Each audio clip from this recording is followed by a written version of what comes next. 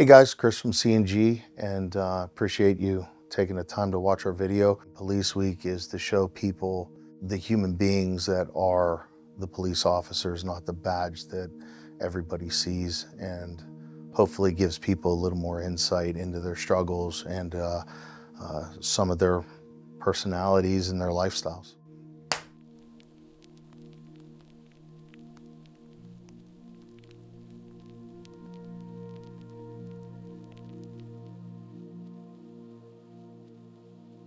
All right, man. Dude, thanks for doing this. I appreciate it. Of course, I anytime. know we talk a lot about your military service, and obviously I'm very grateful that you did that. But give me a little bit of background as to why you decided to be a cop.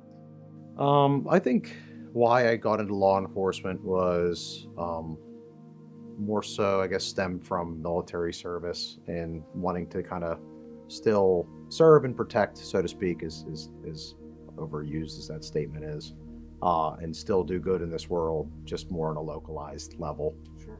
So, and that kind of helped, I guess, segue me from a military career to a partial military law enforcement career, then to a completely law enforcement career. So it was just made sense for me at the time of getting out of active duty and deploying a bunch to getting back into the civilian side, joining the reserves, and then doing some college, and then getting into the police academy and going on through there. So it kind of just made sense for me at the time, and it still does inevitably. I walked into the academy going, oh, I'm gonna give this a shot. I always wanted to be a cop.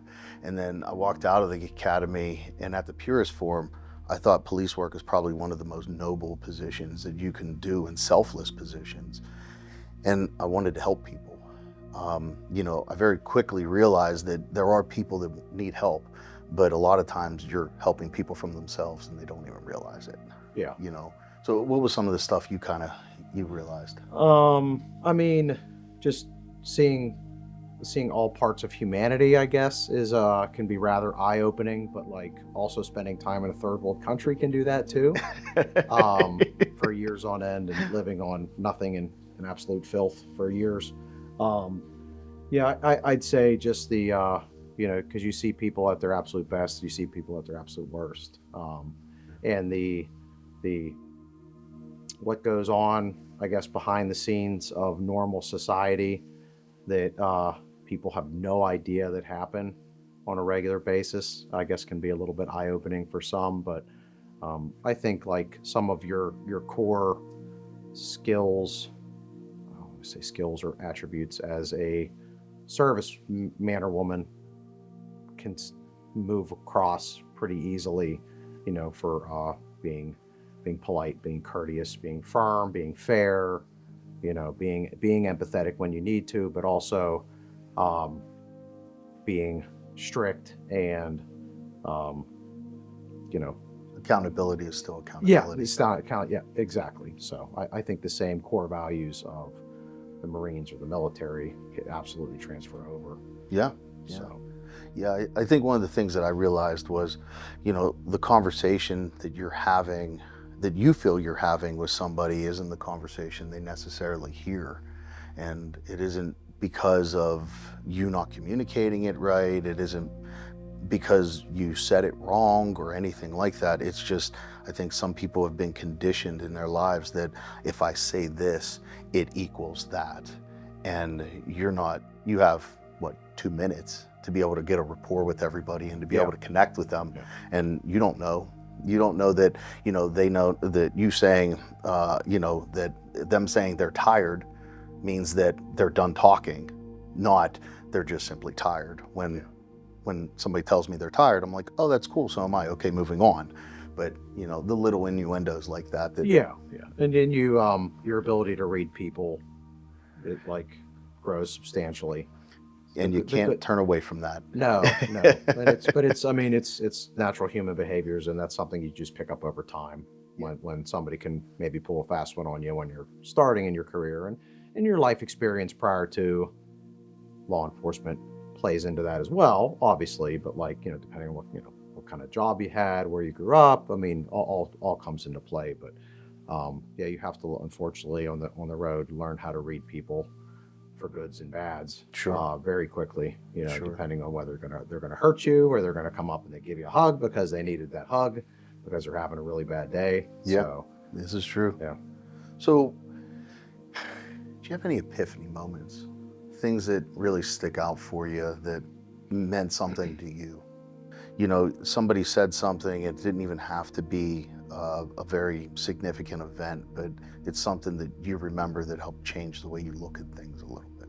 Well, when you're on the job long enough, you have so many events, like what's it, critical situations. Like I saw recently that a normal human being has like 5 to 10 like ultra critical, you know, either bad car accident, loss of a family member, you know, view of somebody getting hurt or assaulted. Like you have only a handful of those your whole entire life, when like somebody in law enforcement has like hundreds. Yeah, that's a shift.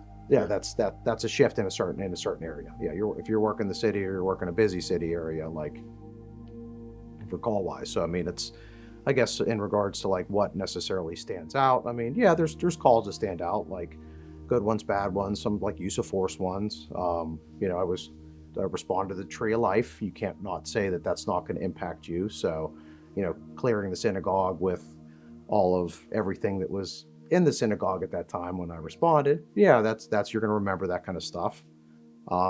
There's far more good than bad, inevitably. So I mean, there's plenty of situations where people were having bad days mentally, and you know they wanted to do something. They had thoughts of doing something their way, and then you're able to get there and intervene, and then they, you know, they're shaking your hand and giving you a hug when you're done, and they go down to, you know, speak to who they need to speak to, and it's, you know, you change situations there. And I mean, even, you know, there's a common thing is, you know, like DUI arrests, right? So you want to think of like there is a wide variety of outcomes of a DUI arrest, right?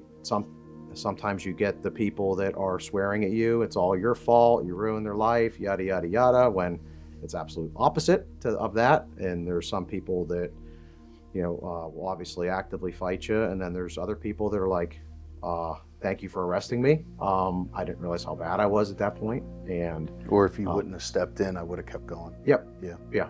And that's I was completely in the wrong. You did it, you know, thank you you were polite, you were nice, you know, this was my fault, I need to correct, you know. It's amazing how you people, at least for me on the job, you know, a little bit of self-awareness and a little bit of personal accountability and honesty. You know, I would cut more people a break and use my discretion with people that genuinely could see how their actions impacted, and you could tell that it was something that they needed to see that was going to make a difference and a change to them.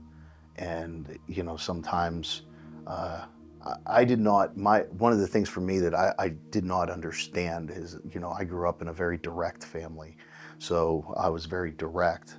And if there was a mistake, it was very clearly communicated, and you couldn't really run and hide from it. You couldn't blame it away. Yeah. You know, you got called out very quickly. Yeah.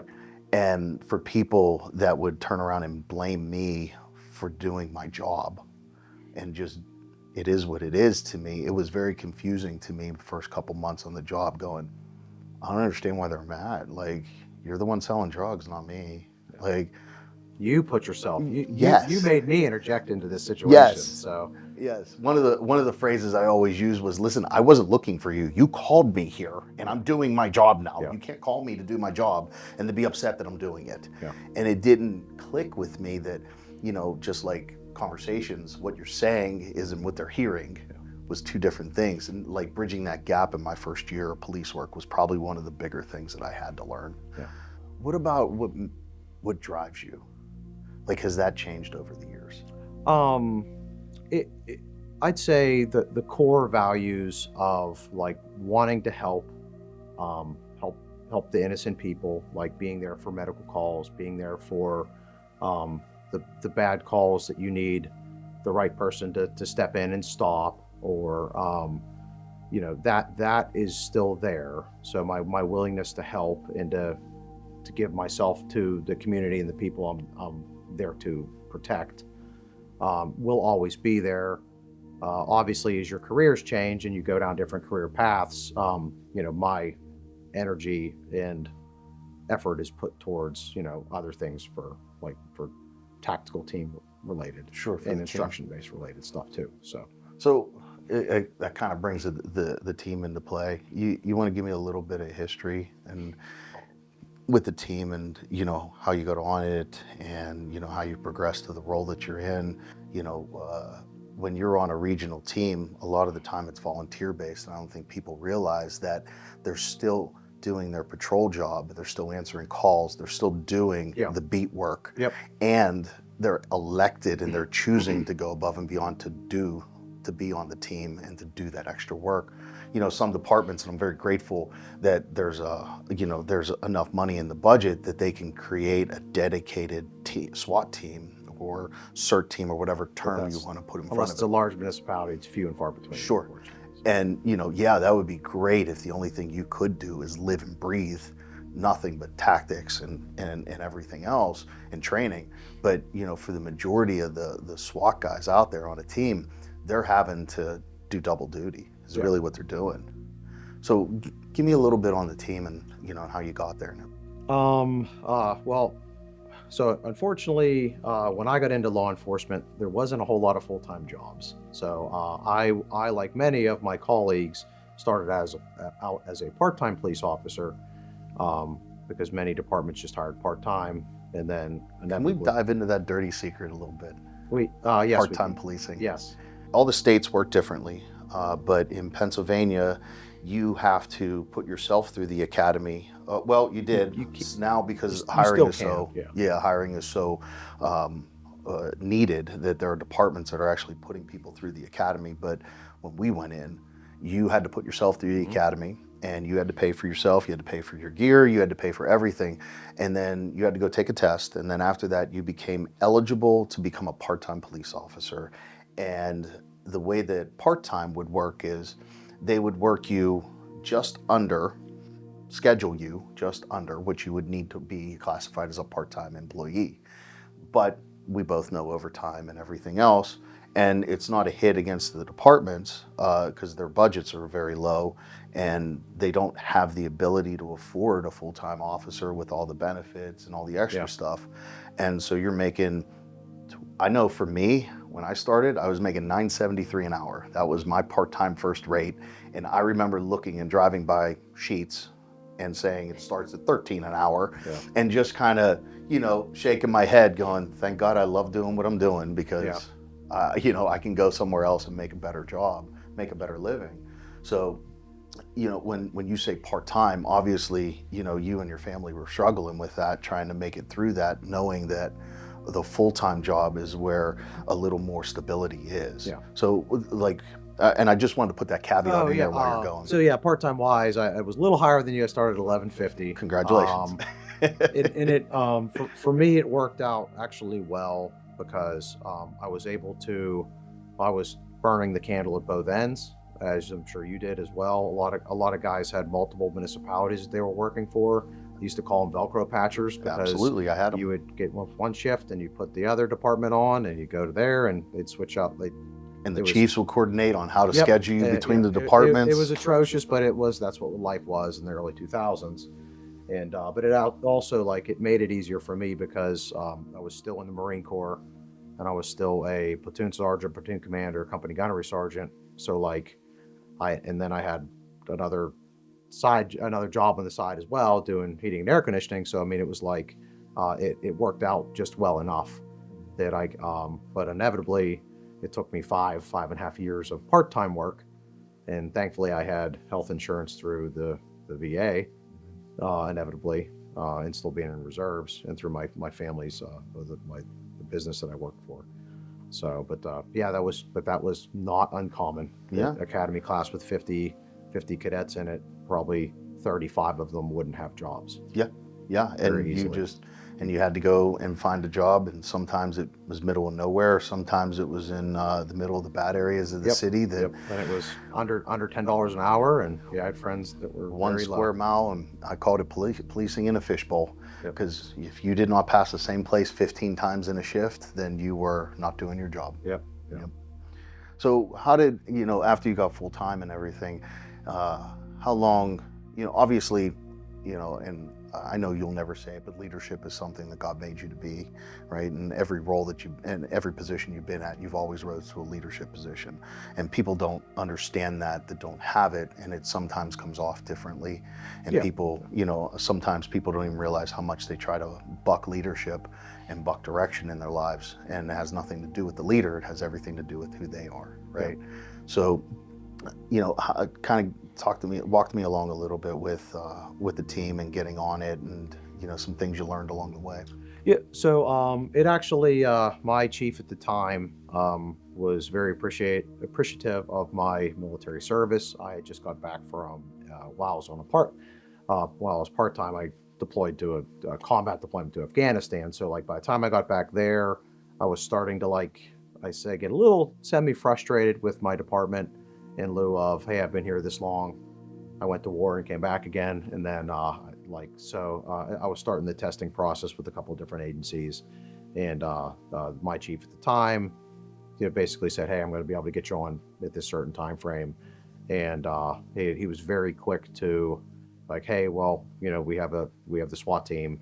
As soon as we get you on full time, we'll get you on the SWAT team immediately." So they kind of uh, pushed past the like two-year full time minimum for me because of my uh, Marine Corps background and You paid your dues. yeah, the urban warfare and CQB background that I had in the military. So that pushed through. So I picked up full time in 2013, and then several months later, when they had the next tryout, I was on the team right away. So when you got on the team, give me a little bit of some of the similarities and some of the differences to be in with on deployment with your guys, because people have a very big misconception of they see the uniforms and they think we're running around playing military, and it's not the case at all. It is to a point. It is established and set up like a military unit, like a platoon per se. So we have squads, we have leadership elements, and then we have attachments to the platoon, so to speak, which would be snipers and negotiators. So I'd say, just for the simplicity of the military structure, that's very helpful with it. Inevitably, it's just a further extension of regular policing. It's just we have more training, more experience, better equipment, and More directed training. Yeah, the background to handle critical situations that the regular patrolman at 4 in the morning necessarily can't. Is anything that we do as a SWAT team? I mean, we're not SEAL Team 6, right? But inevitably, from your base patrolman, it's pretty substantial difference from one to the other, and that's all grown in time. Sure. So you can't be your first month in the SWAT team and be, the creme de la creme. Yeah. So I'd say the similarities between the two, military and a SWAT team, is it's very similar, and also very beneficial for me, because it was a very easy transition. Very familiar. Very familiar because of the the unit structure and rank structure and chain of command. And when certain departments hold their chain of command a little tighter than others, which is fine. Everybody has their rank structure. So law enforcement in itself is paramilitary regardless. But I mean, this was held to a higher standard, and you're more in a squad and an element or a fire team at that point, and you have your squad leader, and squad leader goes to the team leader, and team leader works with the commander. So I'd say that just you have to be better at the job as a SWAT team, as a narcotics guy, as a specialty element in general for law enforcement, because you have to have the basic patrolman stuff down, because that's all that it inevitably is. everything is based off patrol, just like the Marine Corps. Everything's based off that infantryman. Everything you do on patrol stems to a specialty facet, but you inevitably all do it on patrol anyways. So I, Everything complements off of I've patrol. cleared way more alarm call houses or buildings on patrol than I've had on a SWAT team, right? Because that's a daily occurrence. But when something else is added to the equation, people, weapons, all that good stuff, threats to the public, all that, all that end of it. I mean, that's when you need somebody with more training, more experience, better equipment, and regular training experience to, like, I guess, push through. So, but like even like narcotics wise, yeah, there's narcotics arrests on a daily basis by patrol, but it's the guys that have that niche and have that will and have the ability to, like yourself, process that Run a it little up bit the better. chain. Yeah, and but that's where the specialty units, whether, like I said, canine, narcotics, detectives, How do you find, like, you know, every department is like a family, right? There's always dysfunctionalities and there's always strengths, right? So, but how do you find, comparing being on the team as opposed to being in a department, anything different that really sticks out to you? the camaraderie and I want to say brotherhood as just that term is far superior on the team than a lot of It's departments. voluntary, right? Like, Yeah, if you don't want to be there, you don't have to to be there. Yeah, and it's and like kind of like you mentioned earlier, everybody. I'm still on the road most days of the week, right? So I still have that job. I'm still a firearms instructor for my home department, and but what's nice is we don't get the drama. Minor day-to-day discrepancy stuff for a shift, an overtime, a this, a staffing. Yes, we have staffing problems, but that stuff stays at the home municipality. And because we're a multi-agency SWAT team, everybody's just there to work and to better the craft and to train and to come together. So I feel that our camaraderie and brotherhood is awesome. It's I hate to say it's a combination of like a reconnaissance platoon, like a varsity football team, and a frat, all put into one. If as blatantly as you want to say it, but So what about you? Like, I know you want to dance around it, right? But you being the leader, the team lead on the SWAT team, obviously you didn't get there because you just showed up and did your job, right? You got nominated for it because you went above and beyond, and so now in a leadership role, what are some of the things you learned? Because if you're dealing with how to be a leader on a call, how to be a leader in the station, and then leader on the team, those are three totally different skill sets that I don't think people realize. So, like, what's some of the lessons? What's some of the things you learned on the team? for team wise, I mean, you just have to. For me, it was me putting my time in, and most of it was my own time, to going to trainings, volunteering for trainings. When another department was having an active shooter training and they needed guys to teach entries, being that guy that was, hey, I'll come and help out. I'll come and help out, and just putting the team before yourself in certain manner really helped me excel and be pushed on the team. The difference is, there is slight variations of leadership from, like, I guess, a tactical team to like patrol base, but leadership is leadership in your location, whether you're, I don't know, doing paintball or you're doing soccer or you're doing I mean, general leadership is leadership. Yeah, And how you translate those, how you communicate, how you put. For me, it's like I try to put myself in front of my guys as much as I can, and try to make their lives as easy as possible. So, and that kind of brings, you kind of alluded to something that I think is really important. How much time do you think you've spent off the clock on your own time to help everybody? Not just, I know you and I used to do training together all the time out of our own pocket, Yeah. right? So I don't even want to include that, but like, how much extra time do you think you've spent as opposed to time being paid? Hundreds of hours a month. So easily Hundreds, if not 1,000 hours. 10 to 1. Easy. Yeah. And it's and I don't mind it. That's all part of the Sure. gig, and that's It's in your heart. and that's that's why I'm here. As weird as that sounds, that's my purpose, so to speak, at least on what I feel. But that's for me, and being in my position, I feel that that's you have to do that. You have to put the extra time in, because if I don't put the extra time in, Who's gonna? who's gonna? Yeah. So, and it's me and my counterpart are work very well together. He puts a ton of time in as well, but it's just like these guys need to know that, I'm there to show up. I'll be there to support them. I'll be there in the good times. I'll be there when it's the bad times. And if they don't know who I am as a leader, they will learn quickly, because I'm there.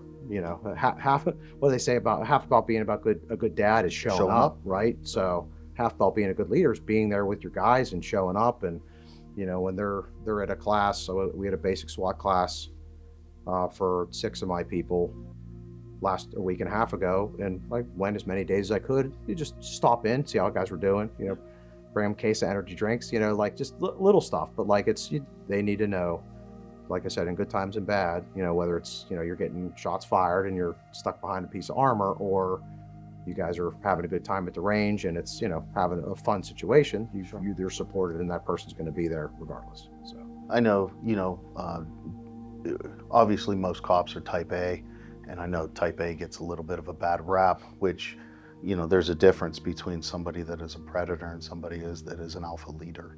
And, especially on SWAT team, right, you're getting the type A. oh yeah, The leader of the leaders, right, and the strongest personalities and things. And like, I know, at least for me, what good leadership looked like to me would be, somebody that would be out there willing to do anything that they're asking me to do. Because I didn't need somebody to do my job for me. I just needed somebody to understand, like, in the capacity of what I can do. Don't look at me and ask me to do something that's unrealistic. And if you've never done it before, or you haven't done it in 10 years, then, you're not going to be able to realistically see what is capable and what's not. And you being out there every day and showing them, like, hey guys, I'm literally right there with you. And, that's leadership, right? Yeah. And that's the hardest way to do it, is right, leading from the front. Yeah. So what's some of the biggest lessons learned that you got from the whole time? I guess that's a difficult question. It is. Dude, and the hard part, like, and I'm just being transparent. The hard part is, to sit there and look at a guy that's on the job, right? There's always politics involved. Yeah. So there's a little bit of a dance that you have to weave, because, you're working with these guys. You don't want to say something to upset them. But at the same sense, like, letting people know, like, this is important, and that you're doing this for the right reasons, and you're here for the right reasons. And, it's a hard dance to be able to balance. I mean, like any occupation, there's, people that there's personalities. Yeah, there are personalities, but there's also people that should be there, and there's people that shouldn't be there. Yeah, agreed. So agreed. And that's the tough part. What's some good lessons learned that you can take? Like, is there something? I know there is. We've never even had to have this conversation, but what are some good things that you've learned that you take home? Just being able to be respectful of people, and be able to, like, listen as much as you can, because inevitably you're not dealing with that bank robber. Yeah. Right. Or that 2 ears homicide and one suspect. mouth. Yeah. Listen twice as much as you talk. Yes. Yeah, absolutely. And being able to, like, articulate and speak to somebody, so you don't sound like a super robot, because, I don't sound like I was in the Marine Corps at all. Right. Right. So as I speak to people, that's inevitably never going to go away. But yeah, just being able to listen and to be respectful. But also, like, as you're respectful to people, be cautious of people, and have the safety side of it. And trust but verify. Yeah. It's funny how, like, along the way, right? And I'm not saying this in a diminishing way, but when I first started, everybody said, all the old timers that told me that they have more experience than on their boots than I do on the job, which annoyed the crap out of me in the beginning, but I get now. It's all common sense. It's just common isn't that common. No. And what's common for law enforcement is not common for the civilian populace. I know for me, one of the hard things was, like, I wanted to be more involved in my community. But we had a residency requirement that forced us to live in the town we worked, and I was more of an outsider because of that. Because I couldn't put my kid in the same school. Hmm. I couldn't. My neighbors. Well, because you did your job. So, and you arrested when you needed to arrest, and And that's I didn't play the difficult. games. Yep. Right. Yep. It was very black and white to me on when to do the Yep. job and Some how to people do need it. to go to jail. Exactly. And I know for me, I wished I was more involved in my local community, but I became a police complaints line anytime I was out in the public. And that was very frustrating for me because people only saw the badge. Yeah. They don't see the struggle behind it. They Yeah. don't Yeah. see that, all the things that you have to do just to be able to stand there in that uniform to Yeah. do it. And I didn't have a really good relationship with my neighbors. I was very withdrawn. I didn't really get to do a lot of things, inner community wise. I mean, I was grateful for my church because I could do things through my church. But any time that my church would go into our community, I couldn't do it. I just couldn't, because it would become a distraction and not an enhancement. So like, I know for me looking back, that was something that really frustrated me. What about you? Like, what are some things you lessons learned, or things that you wish you could do different? In regards to, I mean, I know I'm hitting you with a curveball. yeah, yeah, We yeah. didn't even There's, I talk mean, about there's always, it. you could always what if I would have gotten on to another department or another location, another area of the state, something to that effect, or like the state police or something even more. But I don't know. I'd say that unfortunately, not unfortunately, but fortunately enough for me, I ended up where I was supposed to be, inevitably. So, and sometimes when you're kind of in a good situation, but not necessarily your perfect situation, it will also lead you into. So me being at the department as long as I was part time and putting in the grind of working night shift for, with no health benefits at $11 an hour for years on end, it was able to put me into the position that I am today. So inevitably, that's like I'm glad of where I stayed and glad of where I'm working. I still rather enjoy the job, and I thoroughly enjoy the tactical team side of it, because it's again, it's why I'm here. It's your heart. As biblical as not, and it's nice that you know military guys, especially like myself, I still have uh, a skill set that is still usable today, in regards to certain like weapons, tactics, movements, that sort of aspect of it. I got one more knuckleball. Faith. So I know for me, the hardest part for me was, you're arresting a lot of people that do a lot of bad things, and you go, you'll go onto a call, and your victim, at that call, will become your actor or your perpetrator. Actor is obviously a Pennsylvania term for police, but your actor becomes your victim, and your victim becomes your actor in a 10-minute span on the call. Yeah. So it was very battling with people and not looking down on their actions as a reflection of who they are as a human being. That was one of my biggest struggles, because I never wanted to look at everybody like they're all dirtbags, and I struggled with that. I'm not going to sit here and act like I haven't. You can only arrest somebody or resuscitate them from an overdose so many times before you're like, freaking dirtbag. How many times am I going to do this? But I know for me, like, my faith, even when I wasn't in a walk with my faith like I am, like I choose to be every day now. I used to keep K-Love on the radio, which is a Christian rock station, and I would play that constantly while I was at work. And I didn't care if I heard the same song 50 times.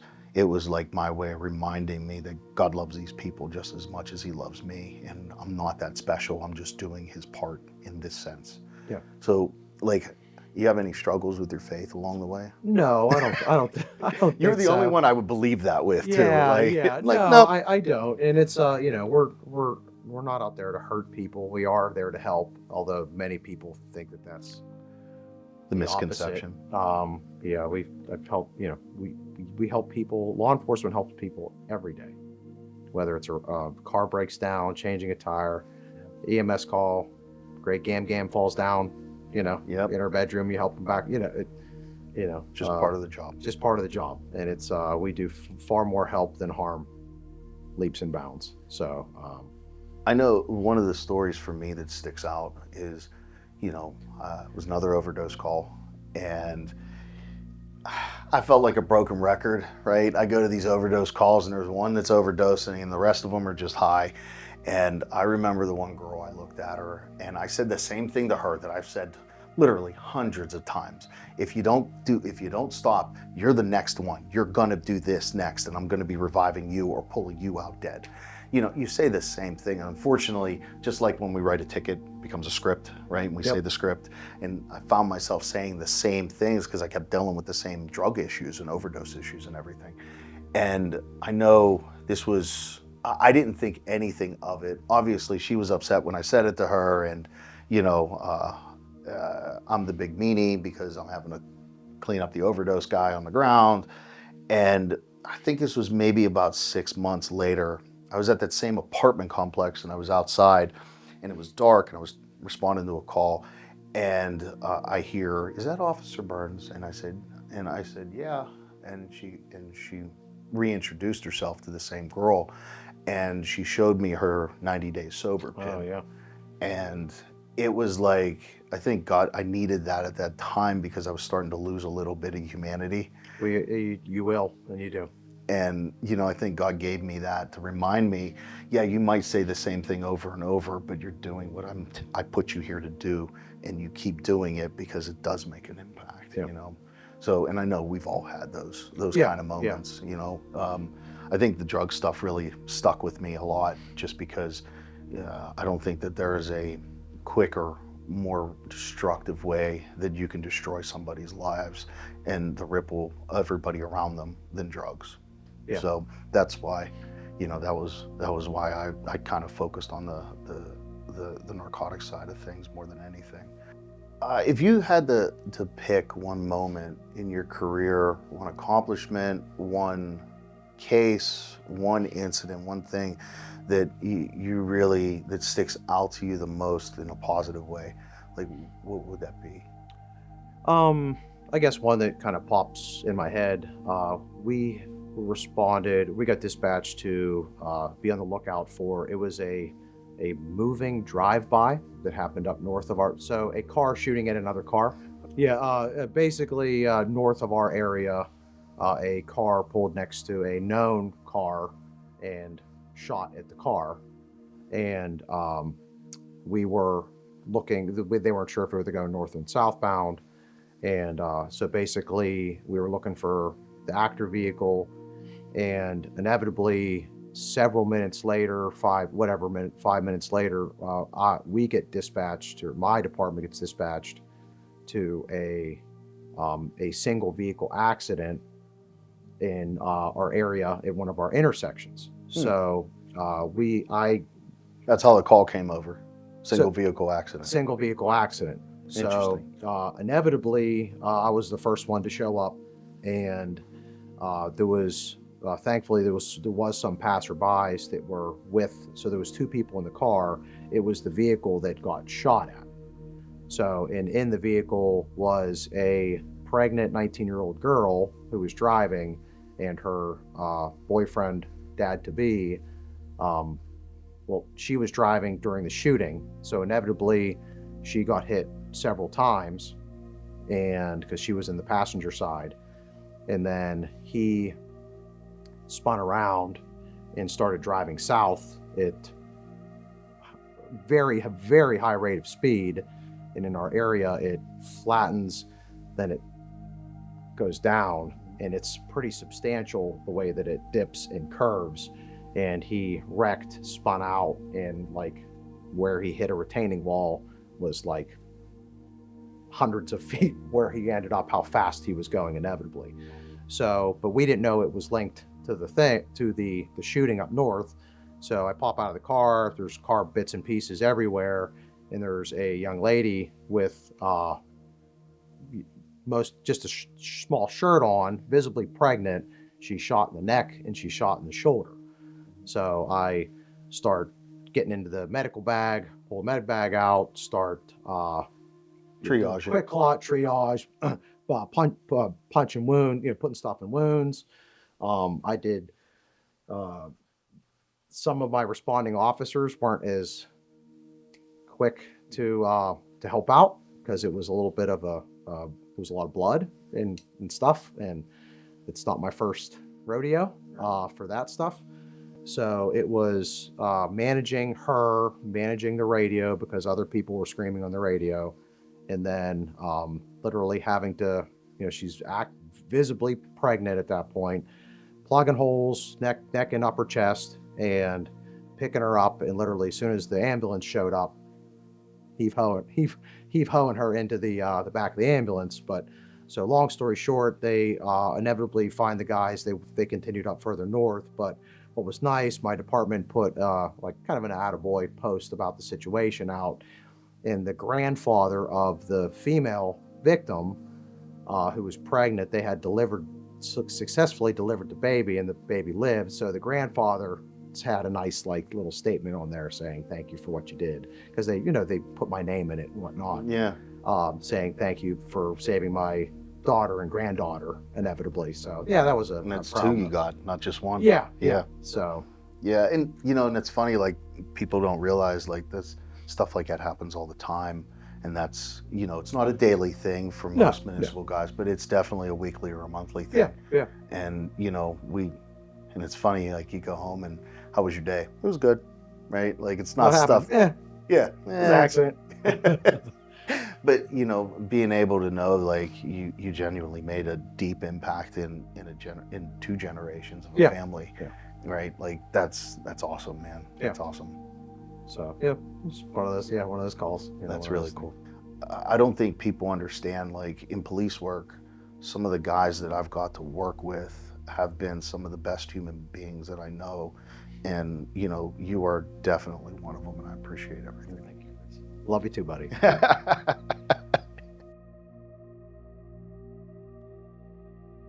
appreciate you taking the time out. I know, after you're retired, you're still not out of it, and you still got a lot more that you're trying to do and the difference you're trying to make.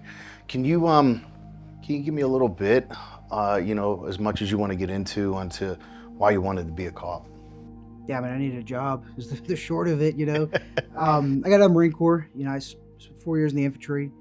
Got out, wasn't sure where I was going, newly married, and I needed to pay the bills and pay the mortgage. So I seen the, Pittsburgh Police Department was testing, took the test, scored fairly well, and figured, I'll give it a shot. And if things work out, then, it's a career. And if not, then I can always move on to whatever comes next.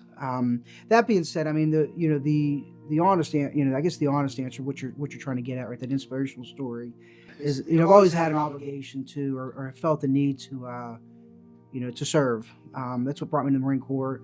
As long as I can remember, back, I remember feeling this need to, to contribute, and that, that I was part of something bigger. And so, by, going to the Marine Corps, or, later on going into policing, I just felt it was my opportunity to, to be able to give back to what, what I've been provided with, and, just the benefits and the luxuries of, growing up in America, right? And, living here. Yeah, just living here, and, many people take advantage of that without contributing. Policing in the Marine Corps is just an opportunity to turn around and give back to what was kind of giving me there. So that's what brought me into it. Okay. When I know for me, when I was going through the academy in my first couple years on the job, there was a little bit of expectations that had to shift. What are some of the things you learned in the beginning, and like some of the struggles that you had to kind of get your head around in the beginning? I know for me, a lot of it was conversations are not the same, even though the words are the same, how they're interpreted. So, understanding how to communicate to people. And sometimes there's just times where there's nothing you're going to say that is going to get through to them, but their actions are telling you the conversation you need to have. So, for me, the actions and the words were a very big thing for me that really helped me. Like, what was some of the things that in the beginning you had to make adjustments to that you realized? I don't feel that I'm much different now. And everybody says, "Oh, you changed through it and all that." And I'm sure in some ways I am, you know, I mean, I've grown, and I think we all grow, right? Yeah. But I'm proud that that I think my core, my who I am as a person, my character, through the Marine Corps, through the Bureau, the challenges I had in the Bureau there, have not caused me to sacrifice who I am as a person. I think that I think you'd be surprised. People would be surprised to hear that I would say that I'm I'm fortunate in the way that I grew up. Um, and by that I mean I grew up in this city. Went to Pittsburgh Public Schools. I'm the oldest of five. Two working class parents that worked their asses off. That's all that I knew was just hard work there. And but that I guess the looking back, what I learned through the years is that how much of a privilege that was to grow up that way. Because when I went and began my career as a police officer, and I went back to the neighborhood I grew up in at first, working there, um, looking at officers that were coming into policing with noble intentions, right? Everyone wants to change the world, and at least in policing, and wants to leave. You don't go into policing to make money, or you don't go into for pats on the back. If you enter law enforcement looking for a pat on the back, Yeah, then wrong choice, right? right. The other officers coming in, I think the class of '60, there were only two or three of us that were city raised, city schooled, and city kids. Um, what you learn, right, is that upbringing, inner city, uh, allowed me to relate much better with the people that I was working with and serving. Whereas those on the outside, that come there for the right intentions, right reasons, really struggle to understand that although you may not agree with their lifestyle, in the city, or the way that people live in the city, it doesn't mean that they're any better or any worse than who you are. It just means that it's different. And so that's I guess in a roundabout way to answer your question, I learned that I was what I thought was a less than ideal upbringing ended up being one of the biggest blessings, because I was able to turn around and use that to turn around and then serve those that I wanted to answer your first question there. So that's probably the biggest thing, that the biggest eye opener for me was sometimes there's value in those struggles, I think. Oh, for sure, you know right? Like, you don't, God's not going to just put you into a position that you need to be in without honing you to get there. Because if you don't grow into it, then you won't understand how to deal with it. Like, you brought up a good topic. With you being from the city, you were able to catch the tone on calls a lot quicker because you were familiar with it.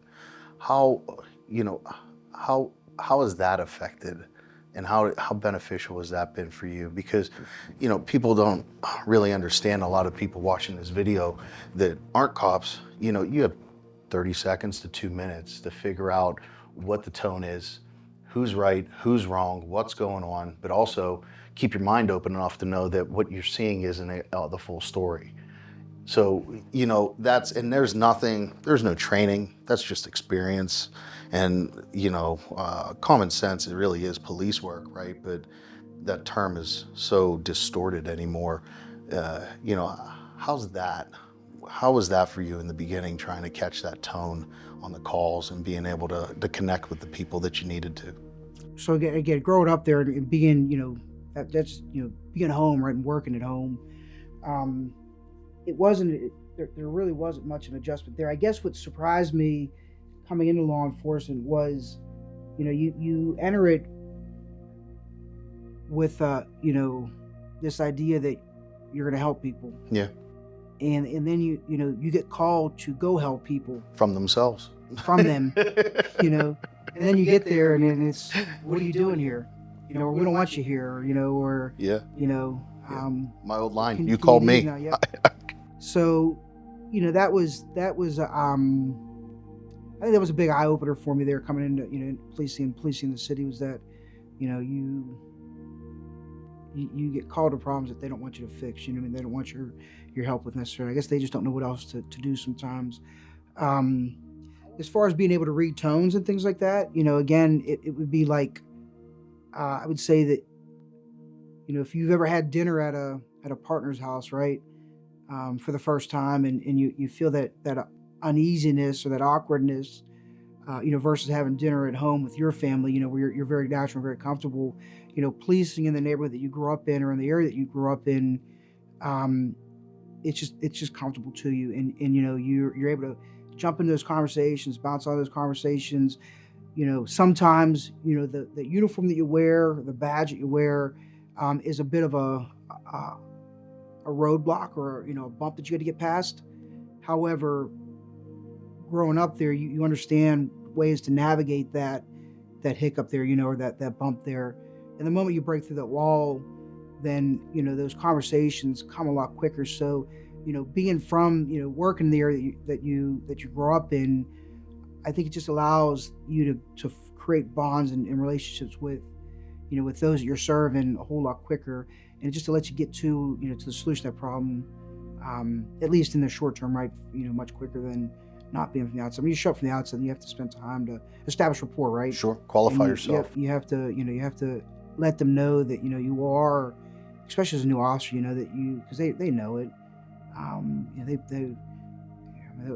You ask some of these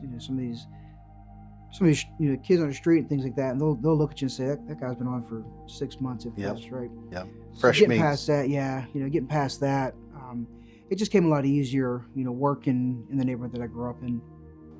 One of the things I love about you is, you have a lot more insight than a lot of other people, and I think a lot of that has to do with your training and frankly what you were able to invest in yourself, and what what the city invested in you, with training and wise. Can you go a little bit into what you did for the city and in a little bit of your journey with? Yeah, I joke with people, I'm a fire instructor, not a police officer. I spent most of my time on the range, um, How long were you on the range for? I'm going to tell you between 12 to 15 years. But I say that because What's all involved in 12 years, I think, was full time. And then my quick story right in the Bureau, I told you I needed a job and tested well and took it. Went through, the academy, was in, graduated there. And then, my be careful without identifying. I had a field trainer, those first 3 months of field training. And within meeting him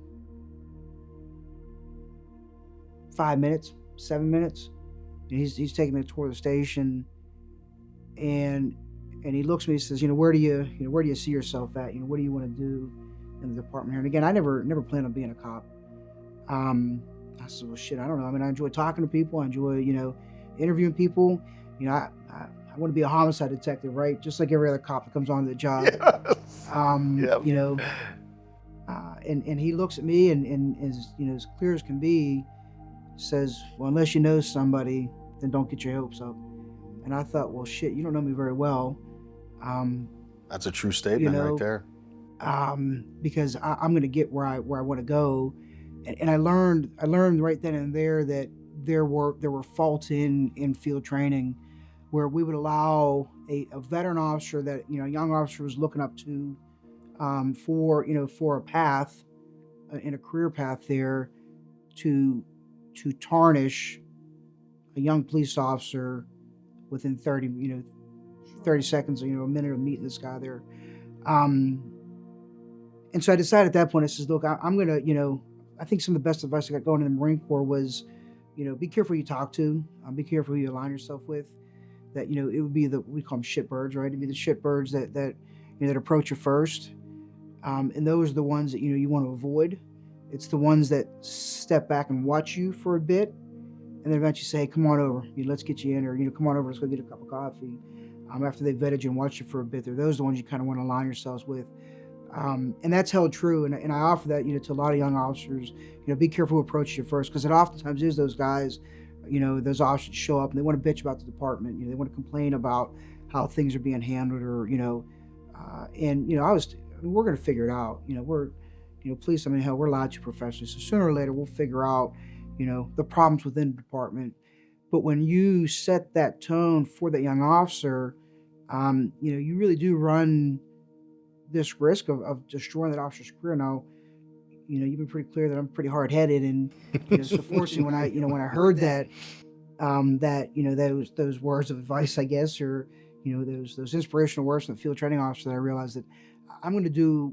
I can't change the department for where I'm at, but I can at least start working with some young guys. So I started field training pretty young. I started field training before I even knew the job completely, and I thought, what, I might not know how to process a warrant. I might not know how to handle a particular call, but I can get these guys home safe, and I can get them home. These young officers, right? I can get them back with at least an opportunity to kind of write their own path, right? Isn't that kind of what we do, though? Like, isn't that kind of behind the motivations of wanting to be a cop? Because so I know for me, some of the things that I didn't get, or being able to be there or help people in ways that I couldn't get helped when I was younger, right? Being able to give that to somebody else. Because I know, I started out municipal out in the boroughs, and $9.73 an hour, and it was, I had to run the computer system. Yeah, you're good. Okay, you're in car 3, right? And it was literally on the job, and and I did get help. I don't want to make it look like that, but it was, they just didn't have the structure in place to be able to do that, and you're figuring everything out on the fly. Mm-hmm. So like you being able to FTO it and be able to know a lot of the things you didn't get in the beginning, and being able to give that to somebody else, to make a difference to them. Yep. So that was a big draw, was getting in the to become an FTO. And like I said, I think I was FTO and before my second year on the job.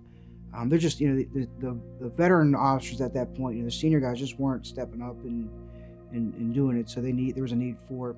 So I FTO'd for a while. And then, there was an opportunity to become a firearms instructor. Put myself through the training for it, the schooling for it.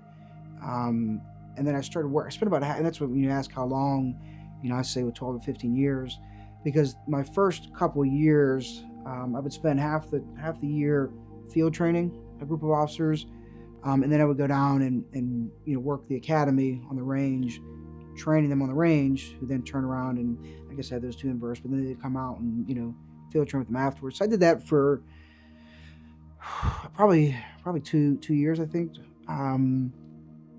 What I learned was when somebody told me they were going to pay me to shoot, and I didn't have I didn't have to buy my own ammo. I thought, well, shit, man, sign me up, right? Same.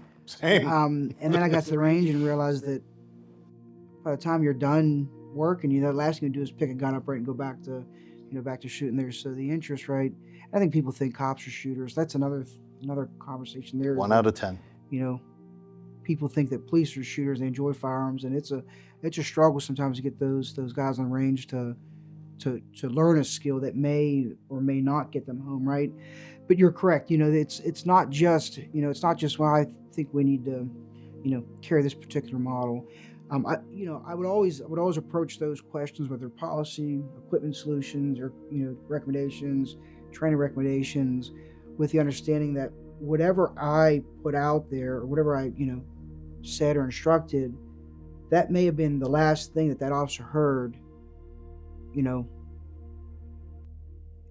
before that shooting went down, and it may have been the last thing they heard if they didn't survive the encounter, and on top of that, it's not just the officers, right? And you go back to your conversation about community police. It's not just the officers.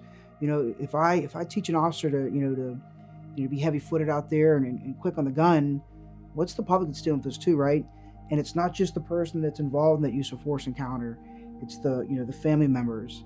It's the children, right? The brothers and sisters. It's the community at large. I mean, we really do live in a time now where, a shooting in Pittsburgh, right, Again, is going to be felt across the country, if not the world there. So, again. again, is it, is that a bit extreme? It is. However, it's the truth. It's reality. If you create a policy, or a training, methodology, and it's poor or not thought out or not conceived well, that chain of events really can be felt internationally. And I mean, you guys, I know you've lost guys on the job, so have I. And, and to know that, the stuff that you're teaching them, I think that's why I took firearms so seriously, because I knew that, the requirements and what I would hold somebody to was a baseline of proficiency that the majority of the guys, that's what they would use, is what they would, when they would need to use their weapon. And whether they should use their weapon or not, when they should use it, how they should use it. People kind of write off and just say firearms instructor. And yeah, or we love the smell of guns powder. Yes, okay. But there's a lot of responsibility that comes in that. It isn't just I'm at the range going to plug away and I'm a marksman. Like, yeah, you should be, because you have more time to be. But if you can't perfect your own craft, how can you teach that to somebody else? And I don't think people really get the gravity behind it. Like, I know, there's a lot of training that you've had the opportunity to take. Out of all those classes, what do you think maybe give me one or two that really impacted you to help you look at things differently, or to where you feel you're better because of it? I would say, the advice I'd give the young officers: take a look at FLETC, the Federal Law Enforcement Training Center. I've been down there, half dozen times. Outstanding facility. Facility is phenomenal. The training they put on down there is phenomenal. And it's top-notch training, right? It's so being down there multiple times, it has changed the way that I instruct and the way that I coach, the way that I teach, the way that I do debriefs, and things like that are all straight from FLETC's model, and what they put on down there. So FLETC, absolutely, the Federal Law Enforcement Training Center is definitely one that I'd recommend. Anybody, any officer, not just firearms. But if you get a chance to get down there and spend some time down there, FLETC's top notch. And the other one I'd say, I would say that it's probably Force Science. Anything put on by Force Science. I think I took I just finished their advanced analyst school a year ago now, but I had to laugh because everyone was doing introductions and they're like, yeah, I took the basic class, last year. I took it 2 years ago. I took my first Force Science analyst course. I think it was 15 years ago. Explain a little bit of what. So listen, I'm no scientist, so and so I don't want to do them any misjustice there, but what did you get out of it? Like, I think your ability to see things more. So that's what it did. Is change the way that I look at a use of force encounter. I think a lot of times we look at an incident and we just lump it together, right? Officer shows up, fire shots, and that's it, right? And then we make a judgment. Should have, shouldn't have, right? But I remember the first time I took that class, the first class I took, back 15 years ago, whatever it was. I walked away from it realizing that there are reasons that we make the decisions that we make, and that the decisions that we make don't just spontaneously happen. Give me something that happened on the streets that really impacted you and really made you feel like you made a difference. So it's hard to answer this, right? What's changed you? What have you been exposed to that has influenced the way that you are as a person? And I again, I said before that one of the things I'm most proud of is that through the years of policing and the Marine Corps, that I don't think that my core has changed much at all. So it's hard for me to say that this particular event caused a shift in who I am as my character, something like that. I can give you incidents, right? I can tell you stories like getting a call for suspicious odor, right? And listening on our way there, that event unfold and culminating with this story of a mother and her son, adult son, who their father and husband had passed away in the house, and they just let him sit there. And that, that body sat there for months through the summer. And there were multiple calls in to different, maintenance facilities. And they would show up and spray for bugs and say, "Oh, it's just trash. Don't worry about it." And eventually the neighbors finally got it, and they said, "Look, that's not just trash. There were fluids dripping through the ceiling into the apartment below them." And this family continued to live in that apartment. And I don't know that I have reason, I don't know that I've ever heard a reason why they didn't report it. But there, I mean, you could obviously, suspicion of, fear of losing Social Security check or something, like that, fear of losing money. Sure. Um, And like or on the just surface, or just being the norm. dude, anybody that doesn't do the job, they would look at something like that and go, "Oh, automatically, because I watch TV, it's a murder." No, Yeah, it was isn't. natural cause. I mean, when we got there, the bugs just eating away the skin, and he was looked like a mummy sitting there, Yeah, it was gory. or sitting, responding to an auto accident, and looking in the car and seeing a young female that when you look at her, it was like, okay, wake up, come on out, but she was she had passed away at that point. And then looking behind her and seeing a child seat and thinking, holy shit, is there a baby now that we're looking for there too? And then realizing she was a young mother and had gone had gotten on the highway and was involved in an accident where her child, who's still in a car seat, several months old now, is never gonna know who her mother was because of a poor choice that mom had made there. So things like that. I mean, I don't, I guess that part of it, you don't expect to deal with until you get there. But that, that stoic core, right? That, that she calls stubborn core, I'm saying stoic, has allowed me to process and deal with these incidents and not become, tarnished or, anger or bitter or, frustrated with whether it's the department, life, society, Sure. or whatever. It's that stoic personality is what's kept me at the core. Who has allowed me to remain who I am. So after you got done and you retired, where'd you go to next? Jumped right back into it, man. It's a very soft retirement. How long did you stay retired? I don't think that I'm retired. I mean, I carry a retired ID card. That was my point of the question. Yeah. So honestly, I think, let me think now. I landed at Tetons. I was actually there working, surprising, right? I was driving to Yellowstone because I had a little bit of time there, and I seen this foot trail, and I said, well, I'm gonna pull over and see where it takes me, right? And that's what I did, and I hiked to the top of this overlook that sat on the other side of the Tetons. I just remember seeing that mountain range and thinking, I mean, first off, I gotta get my kids here, right? But there was just a moment of sort of peace, to be able just to sit there for a moment and not be, overwhelmed with, all life's troubles and everything, and just sort of be there and just be present, right? I think that's something that's one thing I've learned over the years, right? Is to find ways to set time aside and just kind of have a conversation, with yourself. And I know that we're very similar sometimes. I think in our faith, in our religious views. I think we've had a lot of conversations. I've been able to educate you and sway you in a certain direction sometimes a little bit harder. We'll go with that.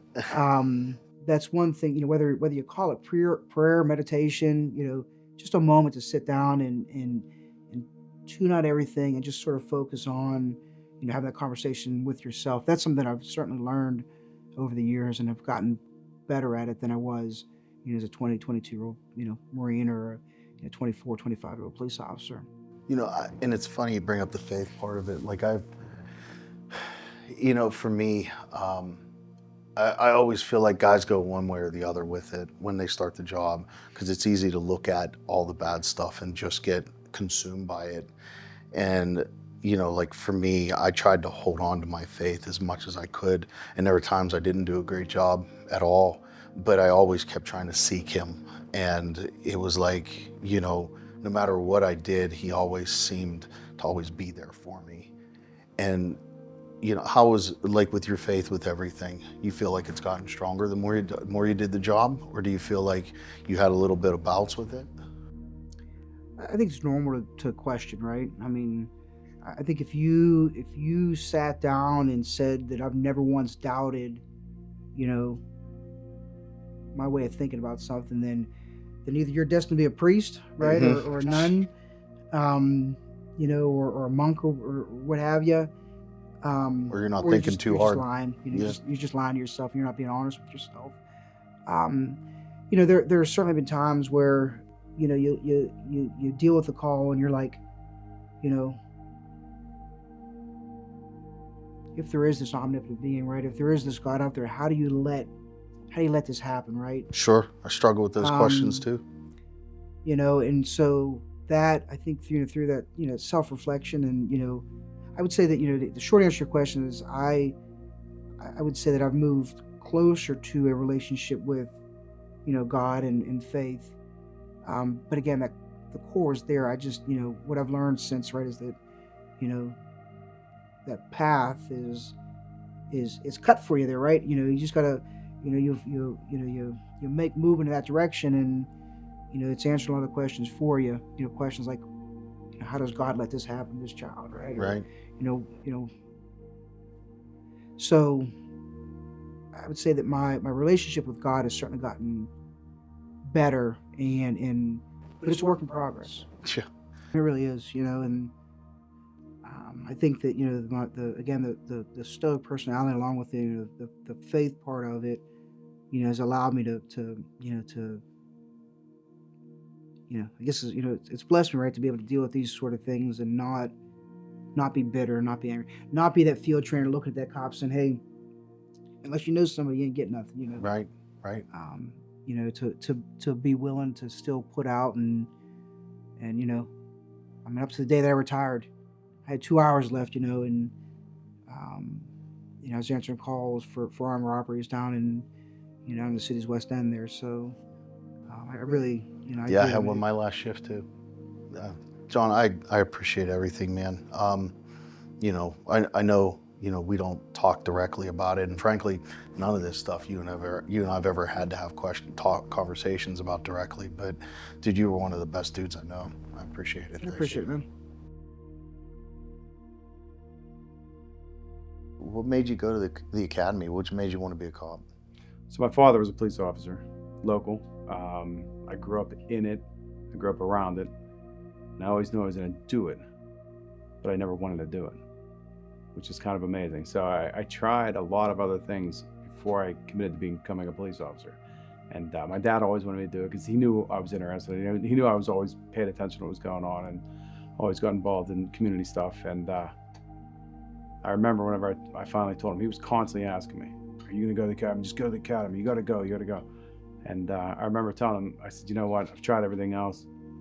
I don't like anything else. I'm going to go to the academy. So he was really happy whenever I told him I wanted to go to the academy. So I applied for the academy, and that was back in 98 when, if you remember back in those days, you couldn't become a police officer. It was you couldn't even get into the academy. I think the academy had a 2 to 3 year waiting list just to get into the academy. Yeah. Yeah. I was fortunate enough to get into the academy, and I knew whenever I went that if I was going to go, I was going to do the best that I could. I wasn't going to go just to be like, oh, my dad got me into this, and I'm just going to just flow through this.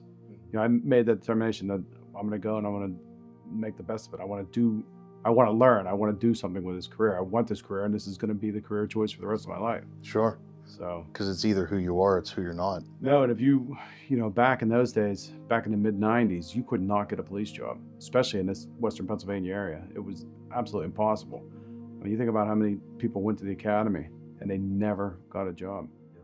I lucked out and got a job right away, right out of the academy. And I just remember being so happy. I'm thinking, wow, I got my number, got on a job, and never looked back from there. Yeah, I remember when I was going through my first job, $9.73 an hour, 40 hours. We just talked about the 32 hours a week, Yep. 40 hours a week. Yeah. Hey, think about the amount of money and I remember when we first made the $10 an hour. Oh I'm yeah. thinking like, wow, $10 an hour. We're making a lot of money here. Yeah. This isn't that long ago. This is, No. you're only talking, not even 30 years ago, and it was Yeah. $10 an hour. I'm thinking, man, this is a good gig, good money. So, what was your main motivation to go? Like, what was your main motivation to want to be a cop, aside from the external factors? I always had an interest in it. Like I said, it was always growing up. I always paid attention to what's going on. I always paid attention to the police cars. I spent more time in a car with my dad than I probably should have at the time. But it was different times back then, and I always enjoyed it. And my dad always kept me part of it. And I'd be at the police station, be around the guys, and I always seen. Anytime they would hire somebody new in his department, he'd always bring them over to the house and introduce them. So I knew everybody when they first started. Anytime there's a brand new police car, he'd bring it over and, go out there and checking it out in the driveway. And I always had that interest, and it was just, looking back, I think, man, one of my regrets is that I didn't do it sooner. Mhm. I should have gotten into it way sooner than what I did. But I think one of the good things is that I didn't, because I gained that life experience. And I gained things that other people coming onto the job, that they didn't have that life experience. They didn't have stuff to fall back on. Waiting a few extra years to go to the academy, I think actually helped me more than it hurt me. I think, I agree with you. I think, I didn't go in, I think I was 28, 27, 28. 27. Yeah. And, one, if you go straight out of high school, straight from college to the academy, or even high school to the academy, which I don't recommend, No. I think when you understand what it feels like to struggle as an adult, then you're able to connect more with Without a other doubt. people. You need that experience. You need to understand what people are going through. You come into a situation when you're dealing with people, if you can't relate to what they're feeling, how do you help them? How can you even? How do you connect? You can't. You have no connection with them. You can't look down on somebody. You can't think you're better than them. You're there to help them. It's not, without that experience, you can't do it. Yep, I agree. So going in, obviously you had your conceptions of what it was. And then a couple years later on the job, you're not a vet yet, but you at least got 3-4 years on the job. What was the difference? It's not what you think. It's not what they tell you at the academy.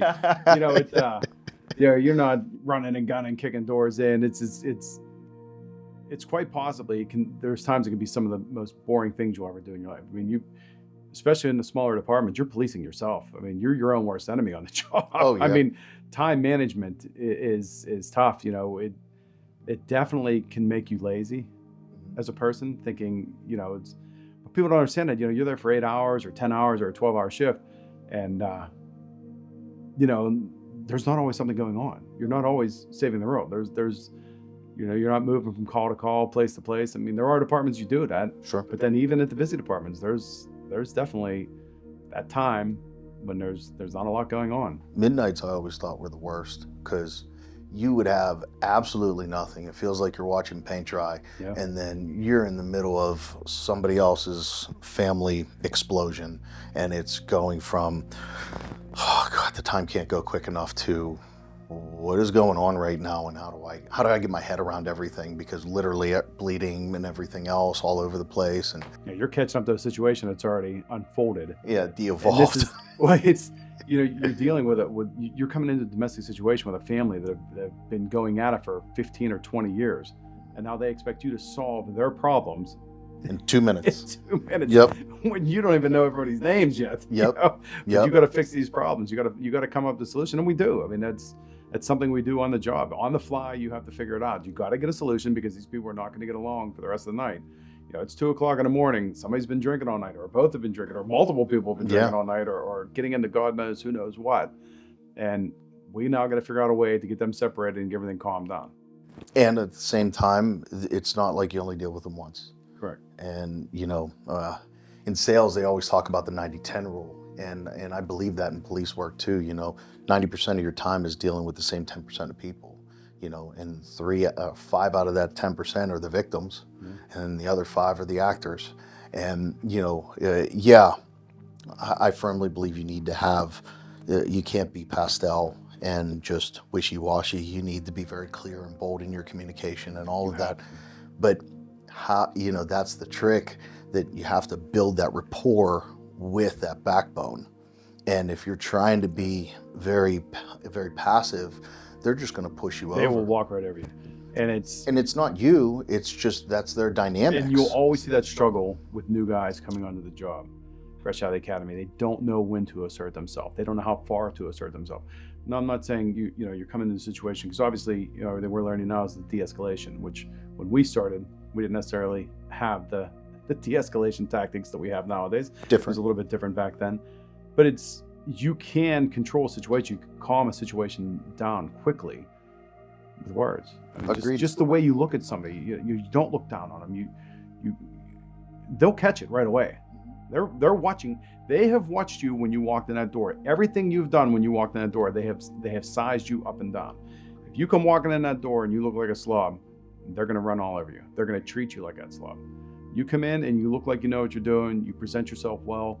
You look professional and you act professional. You do get a better reaction from everybody. I remember when I was first on the job, all the old timers would tell me, when you go down over the hill, they're going to test you, and they're going to push you, they're going to fight you, and all this other stuff. And I was fine with that. I'm like, okay, like ding ding. And I remember coming on scene, one guy, domestic, it was like 1 a.m, shocker, and he sees me.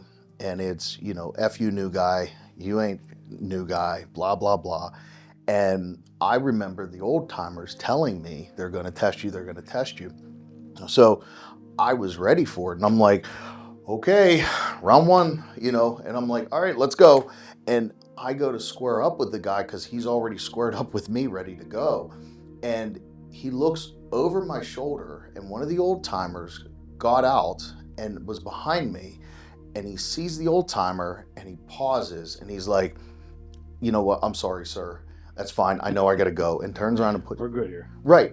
And like, that taught me something that I didn't expect. I didn't know, like I was younger. So it was like, okay, I'm going to have to prove my worth. I'm going to have to fight and show who I am.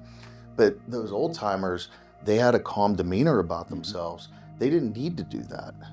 And just his presence there de-escalated it like that. You do not need to come into a situation and add fuel to the fire. If you come in screaming and yelling and just throwing that gasoline onto the fire, that's exactly what's going to happen. You're going to get burned. You can't do it. Yeah. People will respect you a lot more when you come in and you have something to say and not in a screaming manner at them. Talk to them calmly. Talk to them like an individual, because guess what? They're an individual. They're a human being just like you and I. Yeah.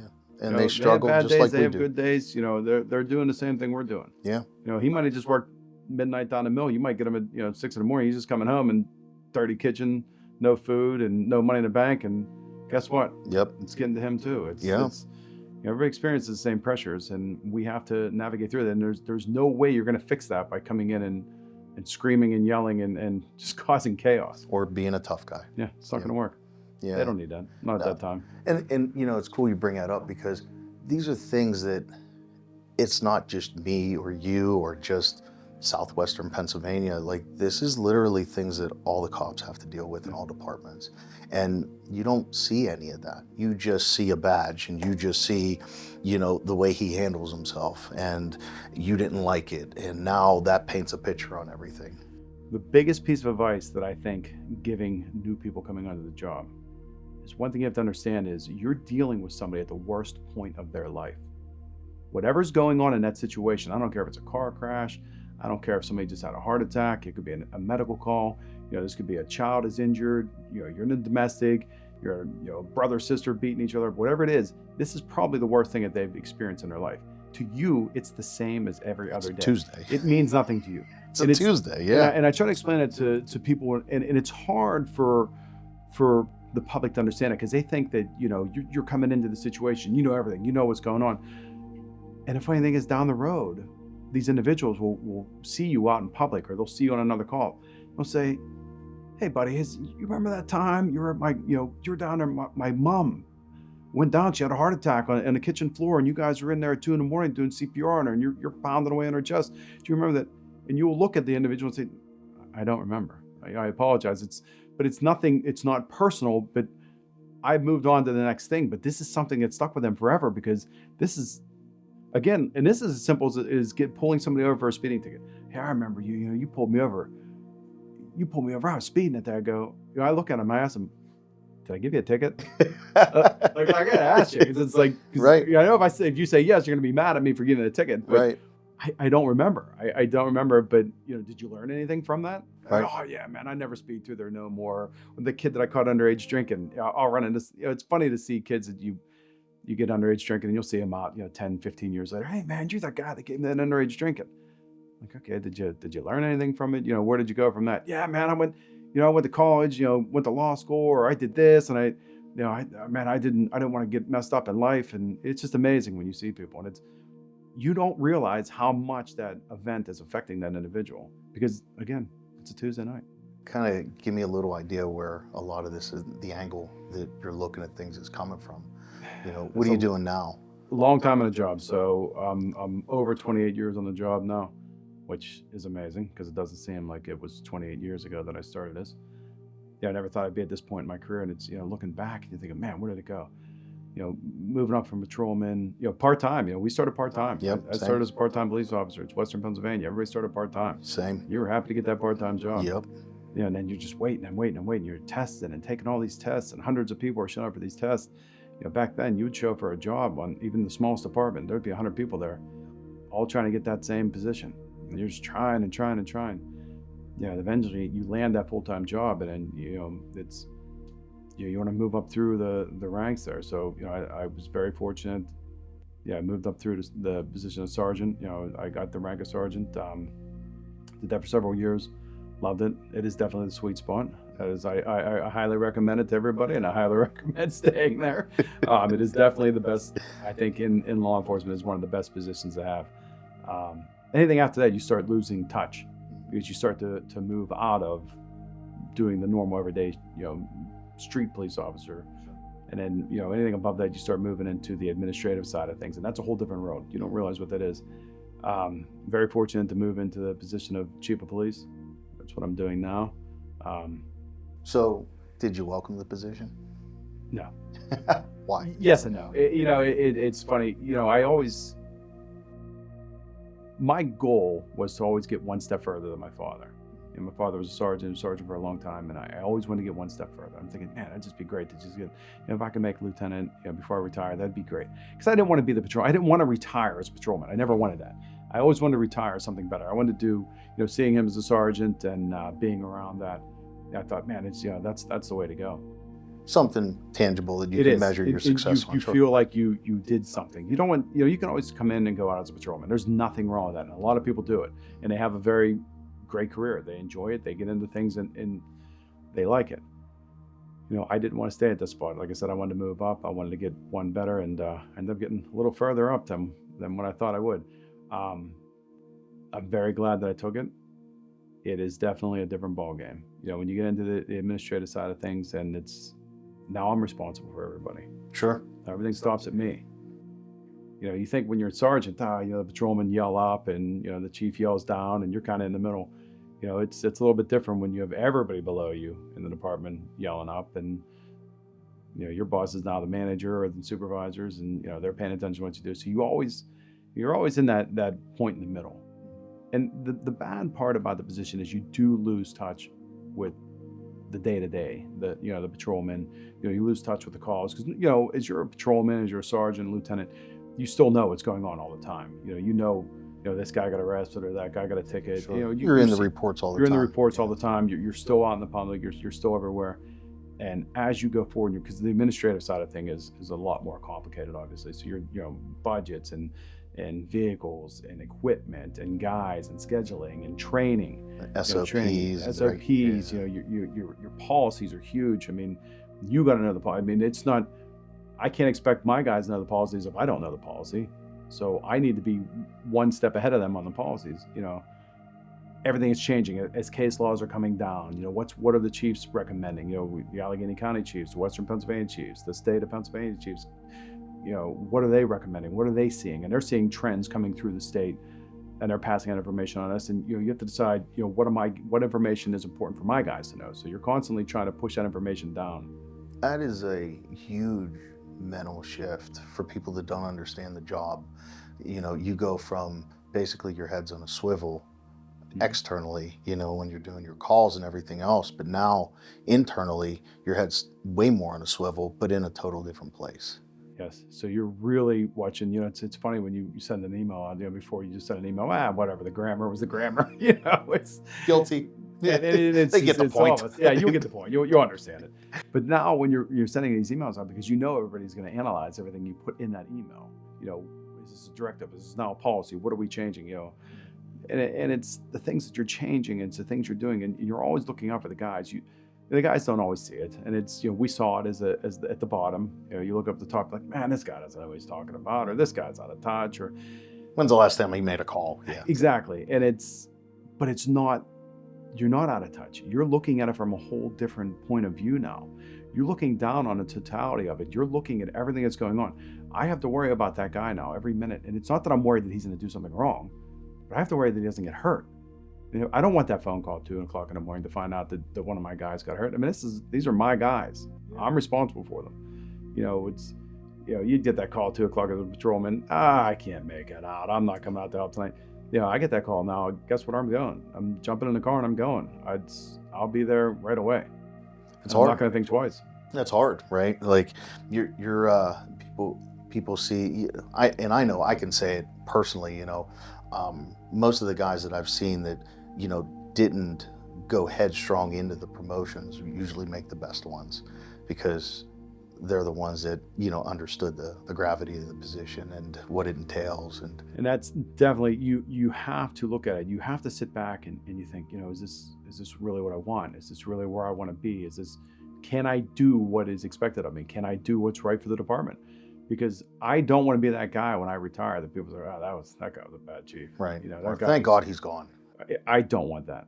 And that's the last thing I want. I want my guys to miss me whenever I leave. That's the truth. When I leave, I was like, oh man, just stay a little bit longer. What about community policing? Like, I've always looked at it like that's just part of the job. Like, why are we going to label it when that's literally what we do? So you got to look at it as a couple different ways. You're not, they always come out of that term, that community-oriented police department. Yes. Protect and serve. And I've been thinking about this a lot lately, and it's amazing you bring it up, because it was just brought to my attention that on our cars it says protect and serve on the hood of our car. And is that an older term? Is that something that's gone away? The people not think that's... Do they not connect with it? Is the connection gone with that? A community-oriented police department. Of course you're a community-oriented police department. You work for the community. It's your right. town. I am a part of the town. So yes, I'm a community-oriented police department. I am the type of person where I've always liked being out in the community and working with people. There's, we used to do youth days. We've had touch-a-trucks. We've had bike rodeos. We've done, be with the Boy Scouts, be with the Girl Scouts. We've had the FBI come in and do classes on fraud, elder fraud, kid fraud, the dangers in computers and dangers on the internet. So I've been very lucky that I've always been part of that. And I like it. I like being part of the community. I like talking to people that are out. If anybody comes up and takes the time to talk to me, I'm going to talk to them. I'm not going to be that grumpy guy that just blows somebody off when they come up. Especially when you hear that same joke. Hey, man, this is the guy you want to arrest over here. Right. Like, okay. Look, you're not the first person to say that. I've heard it a dozen times this week. It wasn't me. It wasn't me every time. Yeah. So you always have to, more and more, I like to kind of throw it back a little bit. You sure? Kind of look like the guy I'm looking for. When they say, hey, it's this guy over here, I'm like, I think it's you. You got to have fun with it, because it's just, why go through this and be miserable on the job? It doesn't make any sense. I don't understand how you can come on the job and be miserable. I get it. You might have just worked a double and you're blown out. You're done. I understand it. But for the most part, why not have fun with it? Why not enjoy the job? So how's things different for you now? If you had to look from year one coming through the academy to year 27, what's the biggest thing that you think is the difference for you and how you look at things, or things something you realized? I'm going to answer that in a couple parts. Please. The very first part is what they teach you in the academy is not real life. It is absolutely amazing. They're teaching you book work. They're teaching you the crimes code, the vehicle code, rules of criminal procedure. All You're learning necessary. It's all necessary. You have to have this stuff. You get out on the street the very first day, forget it. Yeah. It is. But they can't teach you how to patrol. They're not going to teach you what are you looking for. And you really got to remember those who, what, where, when, and whys. You really have to understand that when you get on a job, because you have to pay attention. It's not that your head's on a swivel. You have to listen to what people are saying. You got to watch what they're doing. You got to watch their body movements. And it's not even in situations of a bad guy. Even with people, in a medical sense, if you're on a medical call there, you're watching because people are never going to tell you the whole story. You always know that there's three sides of a story. Sure. There's their side, and what's the truth. It's the always in the reality. middle. Yeah. There's always that. Well, it's about perception. It's always, yeah. So you get into this, and it's just absolutely amazing. Like I said, 27 years ago, I never would have thought some of the information that I know now. I didn't know it back then. How are you going to know that? How do you deal with just working with the individuals that you work with? You're coming in, everybody's, you're coming into a situation where you're working with individuals with most type A personalities. So you're going to put a bunch of guys in a room, or girls, with type A personalities. And what do you think is going to happen when you put all these people in the room together? A one-up in contest. Whether it's verbally, physically, whatever. It's right? always, you're going to have that. But that's the personality. That's the people that were coming, especially when we came through. You had that a lot more. It seems like it is changing a little bit. I don't see that as much. You're not seeing that strong type A personality like you used to. It seems like that's changing a little bit. The other big thing that I never would have thought would have changed the way I do technology. The change of technology in how we started.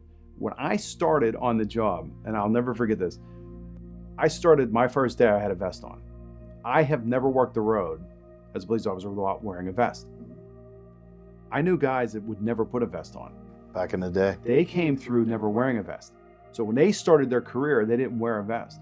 And even towards the end, what do I need that for? I'm not putting that thing on. I would never put on a uniform without, my uniform never fit right. I never felt comfortable without my vest on, whether it was inside or outside. We started out with the internal carriers, moved over to the external carriers. It never felt right. If I had that shirt on without my vest underneath it, I did not feel comfortable. But that is the difference. We came on, you were told, hey kid, you got to get your vest. You got to get a vest and you got to wear it. Yeah. Okay. I get it. I came on when I started, there was typewriters still in the police department. You had to do a criminal complaint on a typewriter. This is not that long ago. Right. This is 27 years ago, and it was a typewriter. Right. And that's how, they did criminal complaints. Those days are gone. So what I'm getting is a lot of your passion in the beginning was more community focused and wanting to make a difference in the community and being a part of it. And now it seems like, towards the end, not the end, but towards this end, towards The other side. Yeah, the other side. That's a great way to put it. Now your passion's more turning into your guys. Yeah. And now and it's like God has you refocusing things. So how much do you feel like, I know for me, God was talking to me more than I wanted to listen so many times. Do you feel that, on the job talking with people, and do you feel your faith is coming into play and that's what's helping things or directing certain things? Yeah, because if you don't, you're not going to have empathy, I think, towards other people. And you have to have that. You have to understand what this person's going through. You have to understand, if you don't have a baseline, then what do you have to go off of? Right. I'm not saying I'm a big Catholic guy or anything else, but you gotta have some kind of belief, don't you? Yeah. You have to understand that, maybe there is somebody watching. I don't, the alternative, right? Right. You got to be accountable to I'd somebody. rather go up than down. Yep. And and you always think that, when you're on the job, why wouldn't I help people? It doesn't even make sense. I can't wrap my head around that. And it just, I always feel like, just like you said, are we always in a test? Is that what life's about? Are we always being tested? It's funny you bring that question up. I think that, I've always said either God made you to be a cop or he didn't. And, You know, the ones that are doing it for the other reasons, they eventually get weeded out, and they eventually realize and get burned out, and they realize it's just not for them. And, you know, being able to understand that your normal Tuesday and being able to compartmentalize that and stuff, you know, most guys and people don't get that on the outside. You know, I know most of us, you come home and your wife's like, how'd everything go? It's good, you know, and they don't, you're not going to sit there and tell them everything. And nor should you. No. Because all you're gonna do is drag them down. Yep. You know, you might have seen something on that shift that was horrendous. You know, I going to a call where a kid is injured, or you know, I mean, Indeed. you know, you think back when you don't have kids. That's a no call. I don't care. It's, you know, I don't have kids. What do I know? And then you have kids, and then you go on those calls. Well, you look at it a lot differently, don't you? 100%. If 100%. you're coming up, once you get married, you go to a domestic. Do you look at it differently? 100%. You know, it's amazing. It's, you know, it's absolutely amazing how your perception changes throughout your career. You're constantly, as you change, as you grow as an individual, you grow as a person on the job. Absolutely. And if you don't, you're doing yourself a disservice. You're hurting yourself. I remember the one thing I always did was, because it does get hard after you're dealing with, you know, arresting people and, you know, and seeing them making the same mistakes over and over and over. You know, I think it's just human nature to look at them and kind of mutter under your breath, freaking dirtbag. And the thing that I always used to do, and I didn't realize how much of a saving grace it was for me, but when I was in the car, I always had Christian music playing. And it was my way of reminding me that God loves these people just as much as me. I'm not special. I'm just doing his job. That's it. And, you know, I think guys, when they lose that, you know, that's probably one of the harder parts when they start not being able to connect and see this. You cannot have a disconnect. It's not going to work for you. It'll eat you up. What about one of the things that impacted you the most on the job? Was there something good or somebody or something that happened that really affected you in a good way? I think, you know, for me, I've always been very fortunate with just connecting with individuals. I can talk to anybody. And that has been told to me many times by people that I work with, like, oh, man, what are you doing? Let's go. You know, let's go. This is getting old. And I've always liked doing that. And I've met so many amazing people on the job. I have a lot of friends now from just working from people I met in the community. I mean, friends that I do something. These are people I call, talk to, you know, hang out with, and I would have never done them not having the job. And it's always one of those things that I've always liked about the job. What about a call or? It's just. And you don't have to go into details, right? But like, is there something, you know, I can probably give off the top of my head at least a half a dozen that really affected me in a positive way, because I realized the things that I was intentionally doing or inadvertently doing really made a difference and a ripple effect in somebody else's life. You know, it can start as the most basic medical call. You go to a house and you help somebody out. And I just had one right before I promoted to chief. I had a call and I went down. It was an ambulance call. And the lady, she was having some problems. She couldn't get up, and they were going to transfer her to the hospital. You know, here I am down there in her house, and I'm in the kitchen with her, and we're trying to get her in the stretcher and everything else, get her out the door. As we're coming out the door, you know, she's in the stretcher. We're going to get her out into the ambulance. She says to me, she goes, I love my local police. She goes, you guys are the best.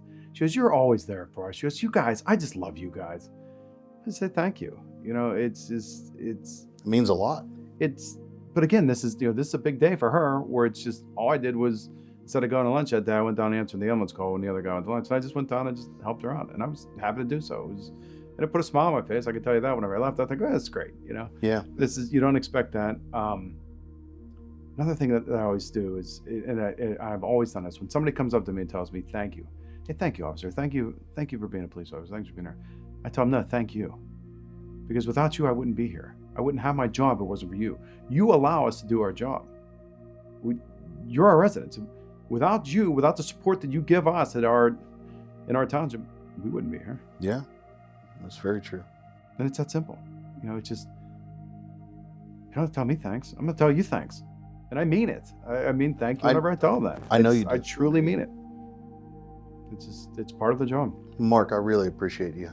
I really appreciate you sitting down with me, and I really appreciate your time, man. Thank you very much. One thing I want to go over. What would you tell these new guys that want to look into the profession? Talk yourself out of it until it becomes something that you can't turn away from. You know, I would tell people that, you know, don't do it. But one piece of advice I would say is, if you do want to become a police officer, don't just come out of high school and try to go straight to the academy. Go live some life. Go live some life. Go to the call. Get a degree. You know, get a degree and come into this job. You'll go a lot further with that degree. That degree will help you out. You know, criminal justice, I don't care if it's general studies. Get that. Get around people. Start understanding how people work. Because if you don't have that and you come into this job fresh, you're not going to have that understanding of people and how they work. I had a guy at my gym. He was like, I want to go to the academy. I was like, don't do it. And he was like, kind of like distraught because I said that. Yes. And he's like, why'd you say that? Like, I don't understand. Like, you don't love your job. I said, yeah, God made me to do this. But if me looking at you saying just simply don't do it discourages you, then it's not the job for you, because it's going to be a rough day out there for you someday. Right? Me saying that is not going to be the worst thing you've ever heard. Right. So if you can't handle somebody going against the grain of what you want, this ain't the job for you. Yeah. And it's really, you know, the job, I think the job solidifies our common sense more than anything else the further we go, right? Because you kind of have to live in. It does make you analyze things a lot more. 100%. And too much. Your other half may not like that, because it can cause a lot of turmoil. Because when you start looking at things, common sense, and why'd that happen? Oh, I got a flat tire. Well, how'd you get the flat tire? Oh, I don't know. I just got a flat tire. No, that's not the way it worked. You definitely did something other than just get a flat tire. Like, let's walk this through. You know, were you flying? Did you hit the curb? What were you doing? Right. And it's just, you know, and I think that's why it's harder, you know, for people that aren't in the profession, and you're having conversations with them, and sometimes they'll look at you, wait, what? You know, they have to think about what you just said. Well, I'm looking at you did something for a reason. Action equals consequence. And that's what it always comes back to. Yeah, man. Always. Well, thanks, Mark. I appreciate it, man. Seriously, thank you. It was a pleasure. Brian, thanks for coming, man. I appreciate you wanting to sit down and talk. You had to manage me and put up with me. I figured you'd have some pretty good insight with a lot of things. Well, we've worked a lot of shifts together, and you know, I don't know how many years, maybe like about 7 years. You know, we had the best of days, we had the worst of days together. We answered a lot of calls together. Definitely made a lot of memories. Yeah. Some of them I want to forget as soon as possible. Others, you know, I mean, you've kind of made a lasting impact on me. I think it's really amazing what you've created with C&G Arms and with the business and with your family. I think you guys kind of have really stepped up where there was like a big void in not only our local community, but probably in the entire gun community. I'm really grateful, man. And I appreciate you saying that, but honestly, like, you know, ever since I got saved, I realized like that was just God leading me to a lot of things that I didn't even know that I was being led to at the time, you know? Yeah. But let's talk about you. All right. Sounds good. What made you want to do the job? I know you had your internships and a lot of other things. Yeah, people ask me that all the time. I'm not really sure what my calling was to this. I didn't have any family involved in police work or anything like that. I'm the son of a small business owner. My dad worked really hard his entire life. He's still at it. He's been in business for over 50 years. I started when I was probably about 9 or 10 at his shop, taking care of minor stuff, taking out the trash, sweeping up the floors. And I think those early lessons in life kind of shaped me into the kind of worker that I am today. I feel that I'm a hardworking person. I am very goal-oriented. You know, when you're the son of a small business owner, you know what your tasks are, but at the end of the day, you know, you have to complete a job or finish a project. And it's important to stay focused on those goals or that project, because while you may have 8 or 10 different projects going on, each day you can kind of like push one a little bit closer to the finish line. You just got to try to make sure that they all get there eventually. So it Just kind of keep 'em creates moving. a really interesting environment where you can't focus on one task, but there are 6 or 8 occurring at the same time. Like, I'll give you an example. He's a small a mechanic at a small garage in southwestern PA, and we would sometimes have like 5 or 6 cars in on the lifts. Well, if you took a car apart and you knew you needed some kind of parts for this one, you would order them, but they wouldn't get to you for an hour or two. So then you'd have to move on to the next one. And it was just kind of this ongoing line of like problems that needed solved. And, working in that kind of environment, I would see people who came in completely frustrated. They had their worst day in that their car broke down and they didn't know how they were going to be able to put food on the table for their family because this crisis of their vehicle being broken down just destroyed maybe their month or their year. So it was kind of a customer service type environment where I had a chance to talk with and try to reassure people like, hey, we're going to get to the bottom of the problem with your vehicle and we're going to find out what's wrong with it and we're going to fix it for you. And, we'll try to do it at the best price that we can do it for. And if you look at that kind of model or business model, that's basically what we do as police officers.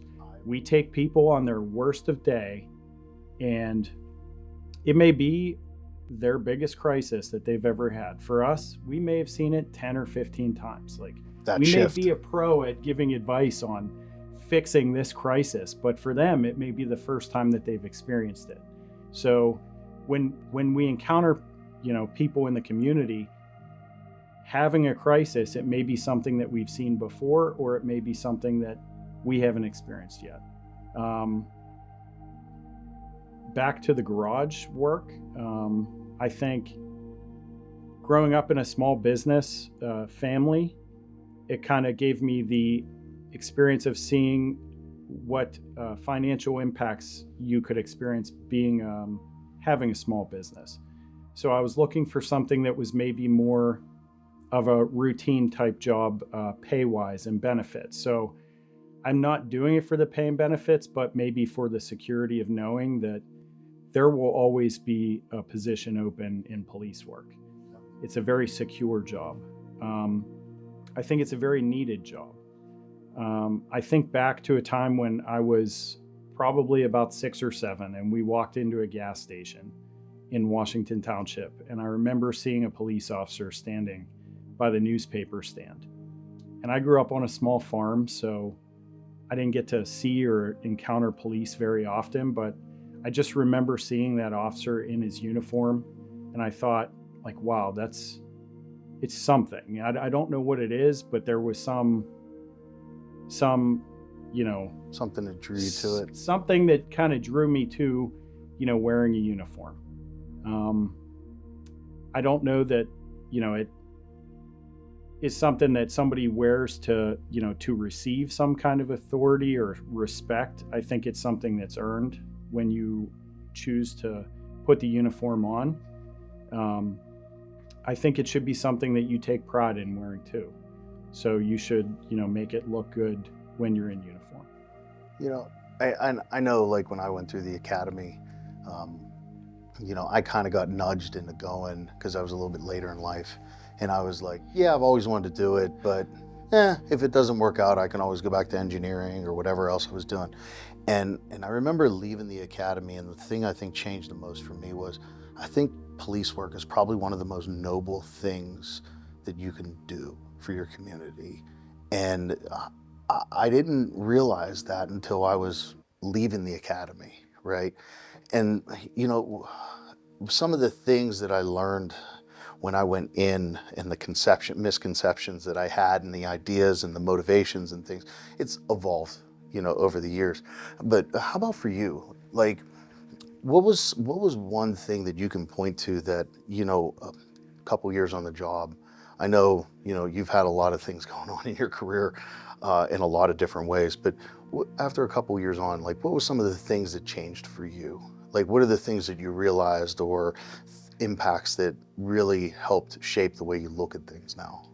I think I think a lot of people have the misconception that what they're seeing on Cops or any of the TV shows is what the job is, and it's a very brief glimpse into what the job is. I wish it was like Blue Bloods. Like they say, there's a whole lot that goes on behind the scenes. There's a whole lot of happiness. There's a whole lot of anger. There's a whole lot of pride. There's a whole lot of frustration. This is one of those jobs that will absolutely make you experience every feeling there is to experience. I've never had a chance anywhere else in my life to walk into a room where kids were locked inside with no clothes and food, and have them run to me and grab onto me like I was the one who saved their life. And all I did is boot a door down. I've never, had the experience outside of this job of talking with somebody's parents and letting them know that, somebody was involved in an accident and didn't survive. I've never had the opportunity anywhere else to encounter somebody, on their wedding day who locked their keys in their car.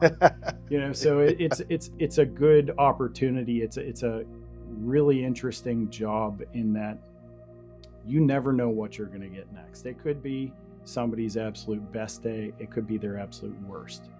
Some of the things that I've come to realize 2 or 3 years into the job, when you're getting involved in police work, you probably think of it as what you're seeing on Cops or, maybe Blue Bloods, depending on where you're at, or, whatever any of the other TV shows are. Sure.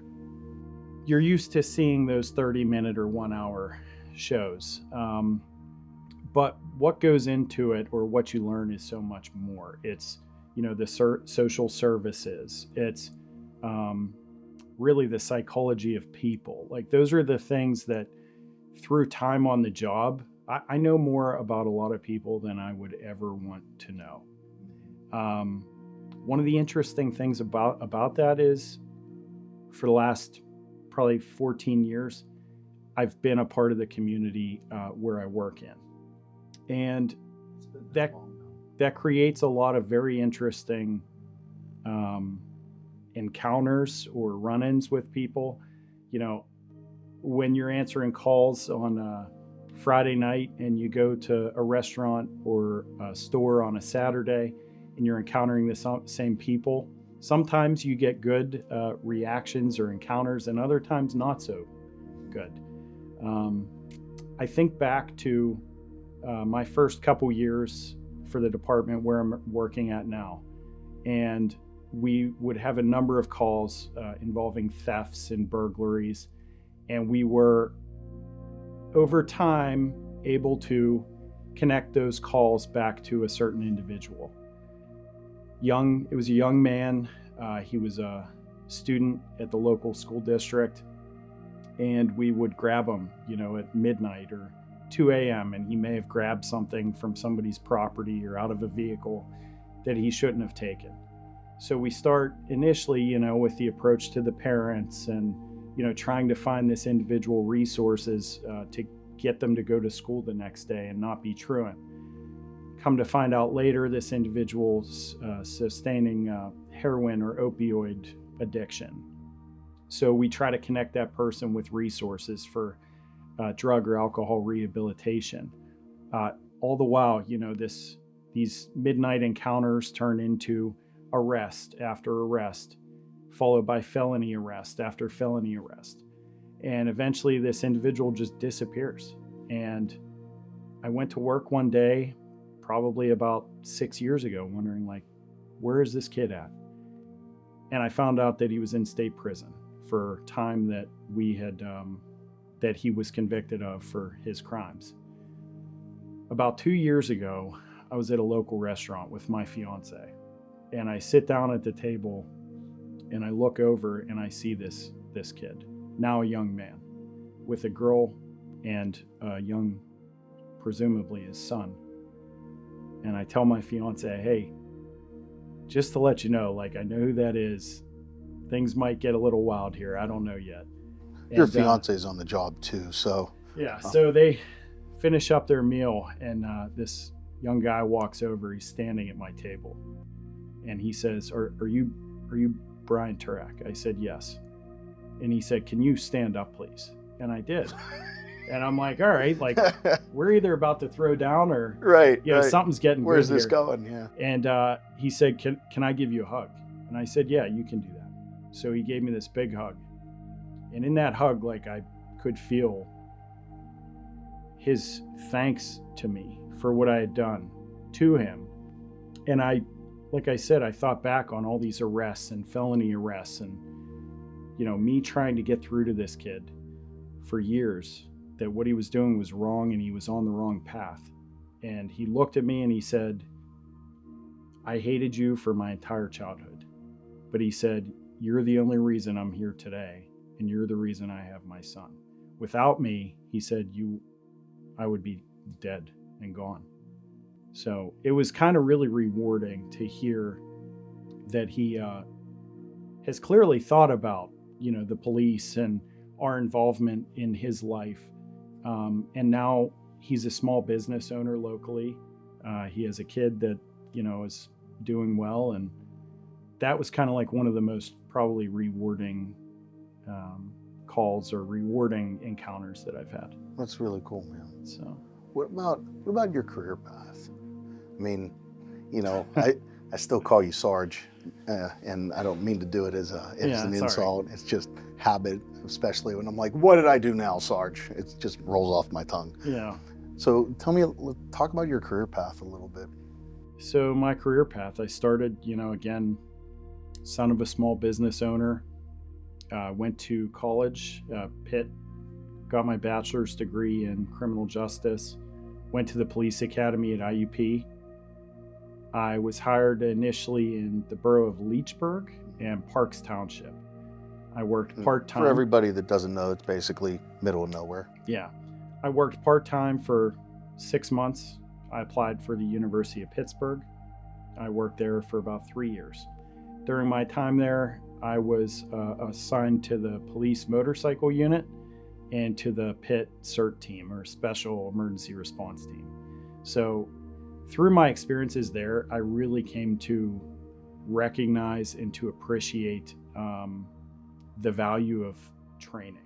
And I'm not talking just in those two classifications, motorcycles and CERT, but also in drug detection, DUIs, pretty much anywhere you could go on the spectrum of training classes.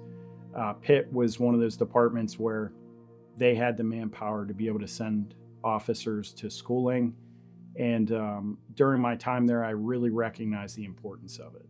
Having been assigned to the CERT team, we did monthly training. And it was also a really awesome opportunity for us to work with officers from multiple surrounding departments and CERT teams. Some of the relationships I have with officers were formed at Pitt and while in the city of Pittsburgh's SWAT school. Part of being on that CERT team, we were also responsible for training local schools on active shooter or critical incident response. We were involved in training our own officers with the same, you know, in the same team movements, and which unfortunately came in handy for you. It did. In about March of 2012, we were dispatched to an active shooter at Western Psychiatric Hospital, and a number of the officers who were working that day were on the CERT team. So we had worked together very closely, and we had an opportunity to make entry into the building, and one of our sergeants at the time eliminated the actor. That's hard to, you know, people, I understand, you know, when cops say, that's just part of the job, yeah, right? But a little bit of that is bravado, but reality is, you know, as a human being, it's hard. And, you know, acting like that stuff doesn't affect you in ways, and everything else is just, you know, it's easy to outwardly say that, but you know, internally it affects all of us when, you know, any human being goes through something like that. Yeah. So then So I how long- worked for 3 years at the University of Pittsburgh, and then I applied for the department where I work now. and then I've you got to been- deal with me. Yeah, I've been here since 2012. So, Okay. You know, obviously now you're in a different position, right? And you and I we got hired at the same time, and then you made sergeant right after that, and then now where are you at now? So I was hired in 2012. I was promoted to patrol sergeant in 2014. I served as the patrol sergeant, or one of 4 patrol sergeants, until 2023, at which time I was promoted to chief of police. So, one, congratulations. Thank you. What's it like now? Because this is different, dude. It's different. It's a lot different. So what's the thing that impacts you the most? Probably all of my experiences up to the point where I was promoted to my current position. We've been through a lot. We've seen a lot. We've experienced a lot. And I think that all of those experiences helped to shape me into who I am now, and help to shape what my vision is for the department. I want our officers who are really they're on the streets doing the hard work. I really want them to know that, you know, that they have my support, not only with education or training, with equipment and resources. So I've really focused a lot on, if these guys have an interest or particular interest in some aspect of policing, I will do whatever I can to get them there. I want them to know that at the end of the day, they were offered the opportunities to go be what they wanted to be, or to do what they want to do. I've found that some officers just want to be the road call officer, but they all really seem to have some interest, whether that's firearms instruction, whether that's handcuffing, defensive techniques, whether that's search warrants and investigations. Could be, we have one guy in class right now to be a drug recognition expert, which is basically a 3-week class for identifying drugged driving. And it puts them on basically a task force where they can be called in from any surrounding departments to participate in conducting DUI investigate.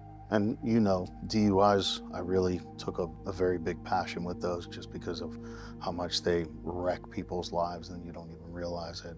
Yeah. So what about, and this is a bad term, right? Like, cops will all roll their eyes when you say community policing, right? Because it's what we do. It's not an aspect of the job or Yeah. anything, right? Literally, that's what you do. Yeah. So what's the difference between, you know, Brian the patrolman, Brian the sergeant, and now Brian the chief when it comes to community policing?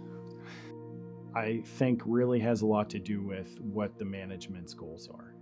Okay, when I was a patrol sergeant here, our main focus was traffic enforcement. And I don't mean just traffic enforcement, I mean traffic enforcement with citations.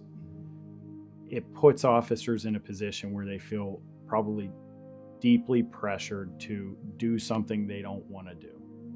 One thing that over the last 3 years I've had the officers doing is, yes, they still are expected to do traffic enforcement, but make the contact. It may change somebody's day to stop the person, let them know why you stopped them, who you are, and what you need them to do to resolve this problem, whether it's speeding or a stop sign or registration violation. It really is, every single stop is a community oriented policing detail, because You're in the community. everything our officers do on a daily basis is community policing. Just because we're going to a detail on a Saturday from 1 to 4 doesn't mean that's community policing. Community policing to me is our officers seeing a kid maybe on a call or down the street after they clear a call, throwing a football or bouncing a basketball, and jumping in for 5 minutes Yep. just to be a part of that kid's day. Yeah. And that really, I think, can make a big difference in people's attitude toward police. So, now you're the chief, right? So you have a little bit more of the driver's seat on to how the department can connect. So what are things that you're passionate about that you want to be able to connect with and be able to make a change with? Like, what are the things that, because people don't realize most people, they're worried about making sure the bills are paid, making sure they're making it work, making sure their kids are taken care of, their spouse is good, and then they're not really understanding, like, the calls that go on between 7 p.m. and 3 a.m. Yeah. and all of the things that are going on in their neighborhood. They don't get like some of the bad things, which is a good thing. It's not, because certain people don't need to know all of the gory details, but like, what are the things that like you really connect with? I think it's important for our officers to recognize that we're a resource for people. We're not out to punish people. I think this is it's kind of a belief or a culture that, if the police are here, it's bad. No. Like, our officers have all the information for resources to connect people with what they need. We're public servants. We protect and serve. Protect means what it means. Serve means what can we help you with? If we can find something that will connect this person with a resource, whether it's a social service or, a mental health or Department of Aging, and those resources are actually able to come through for our office, for that person, from our officers, I feel like we've gotten the job done. Again, And I'm going to call you out because I've seen you do this time and time again. Just you taking the time to talk to somebody for an extra 20 minutes after a call. oh yeah, you Makes really the hugest difference. and I think one of the biggest challenges that I had getting into this career is I was raised a lot different than a lot of people around us. Um, like I said, I was raised on a small farm, son of a small business owner, very family oriented, and very committed to our family. Seeing the situations and seeing how a lot of people have come up, they haven't had the same opportunities that I have, and I think it's really important to sit down when you're on a call and talk with those people and try to understand where it is they're coming from, so that you can better shape or guide your decision making in how you handle the call. Sure. And the same could be true for a traffic stop. You may stop somebody who's ran a stop sign, and that person may be a multimillionaire. You could write them a ticket and it would mean nothing to them. But you could stop another person coming home from work who's got 3 or 4 kids, and barely putting food on the table, and write them for that same violation, and it could destroy them for a month or 2 months.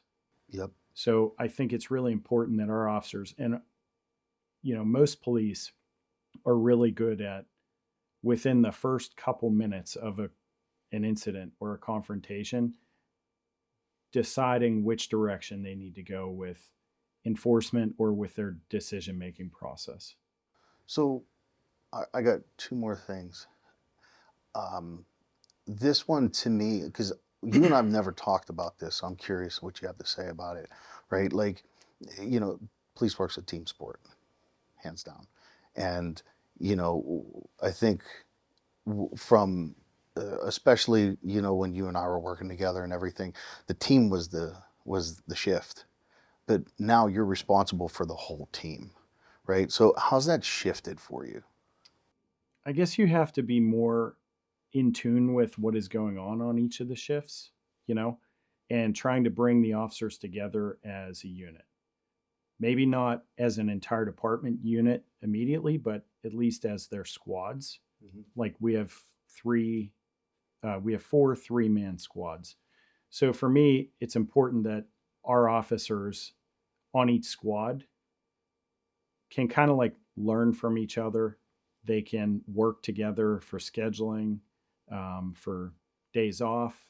I recognize that not all officers are built exactly the same. We're not an assembly line. No. Police work is definitely not assembly line work.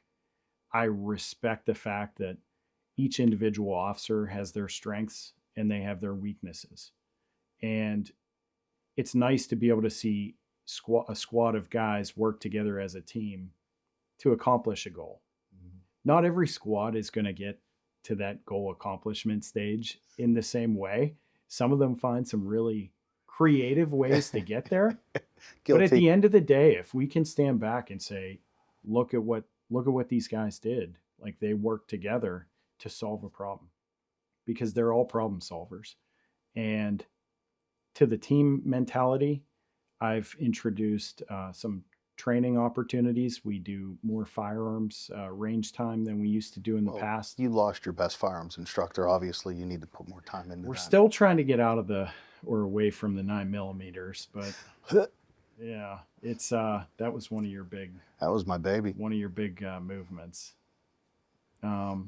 Yeah, so we spend more time at the range together, trying to do it in maybe less of a formal environment at the range, but still recognizing at the end of the day, like we're there for a purpose, and it's to develop our skills and to learn how to work together.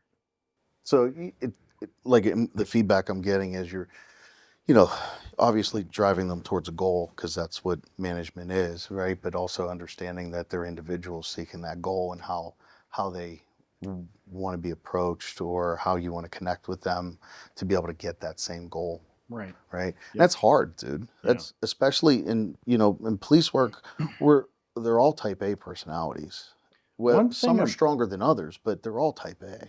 Yeah. One thing I'm finding, it seems over the last couple of weeks, I've had probably 3 local members of the community come forward and say, hey, I've been doing this job for 10 years, whatever that may be, and they've been laid off, or their heart's pulling them to police work.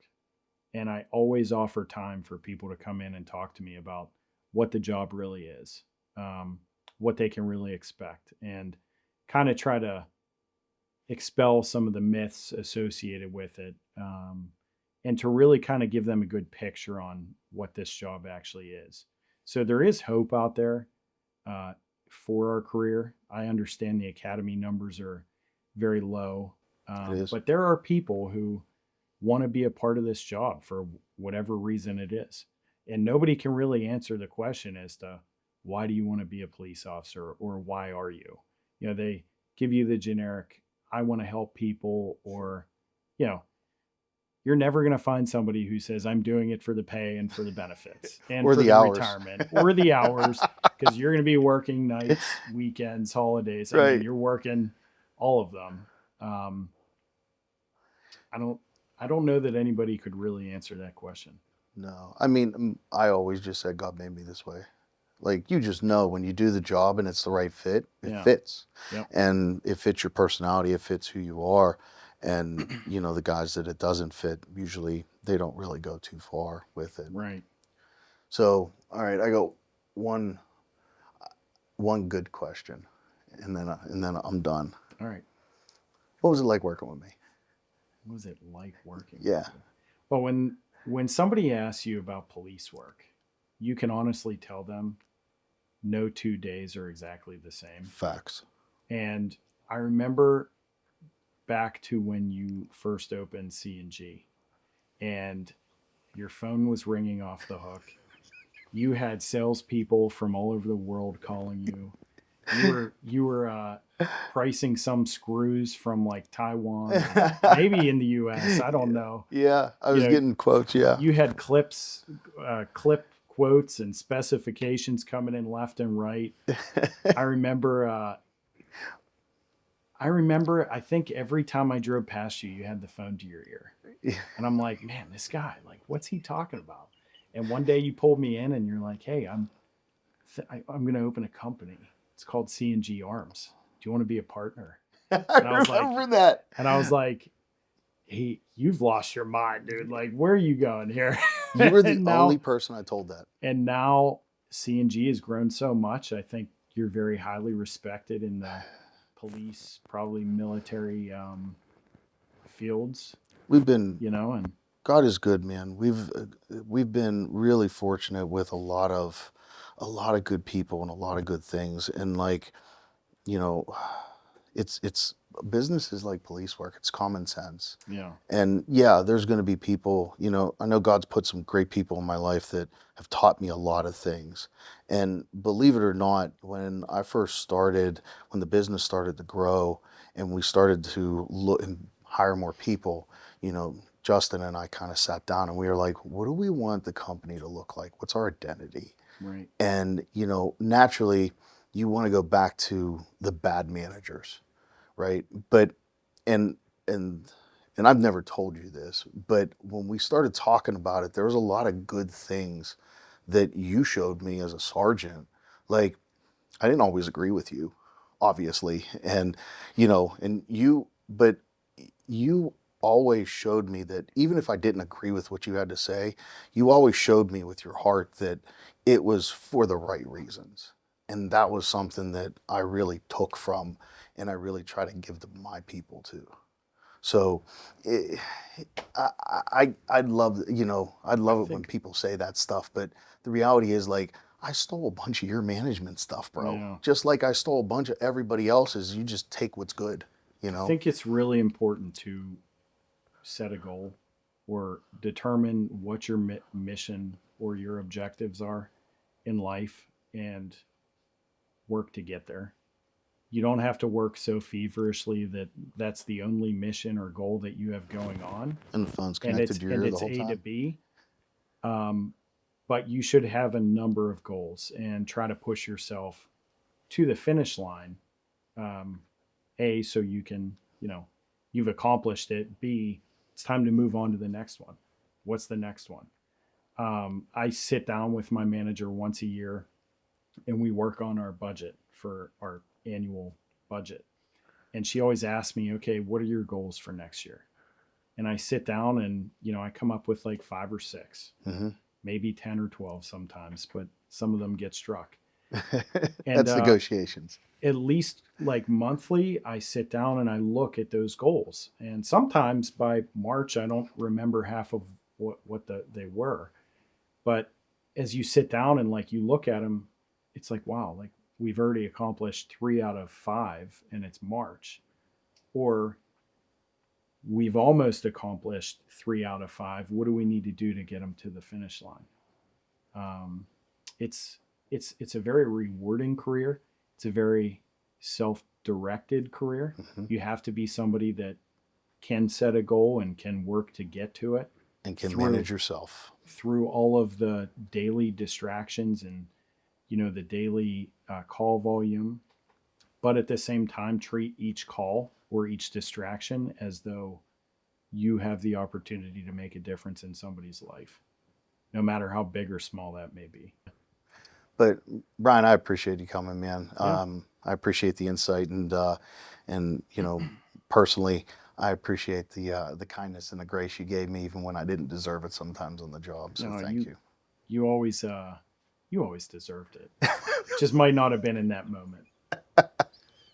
You know? That's fair. That's So- fair, man. But thank you. I appreciate it, man. I'm here really for it. proud of you, and I'm really happy with, you know, where your career's really taken you. It's an honor to be able to call you a friend. Thanks, Chris.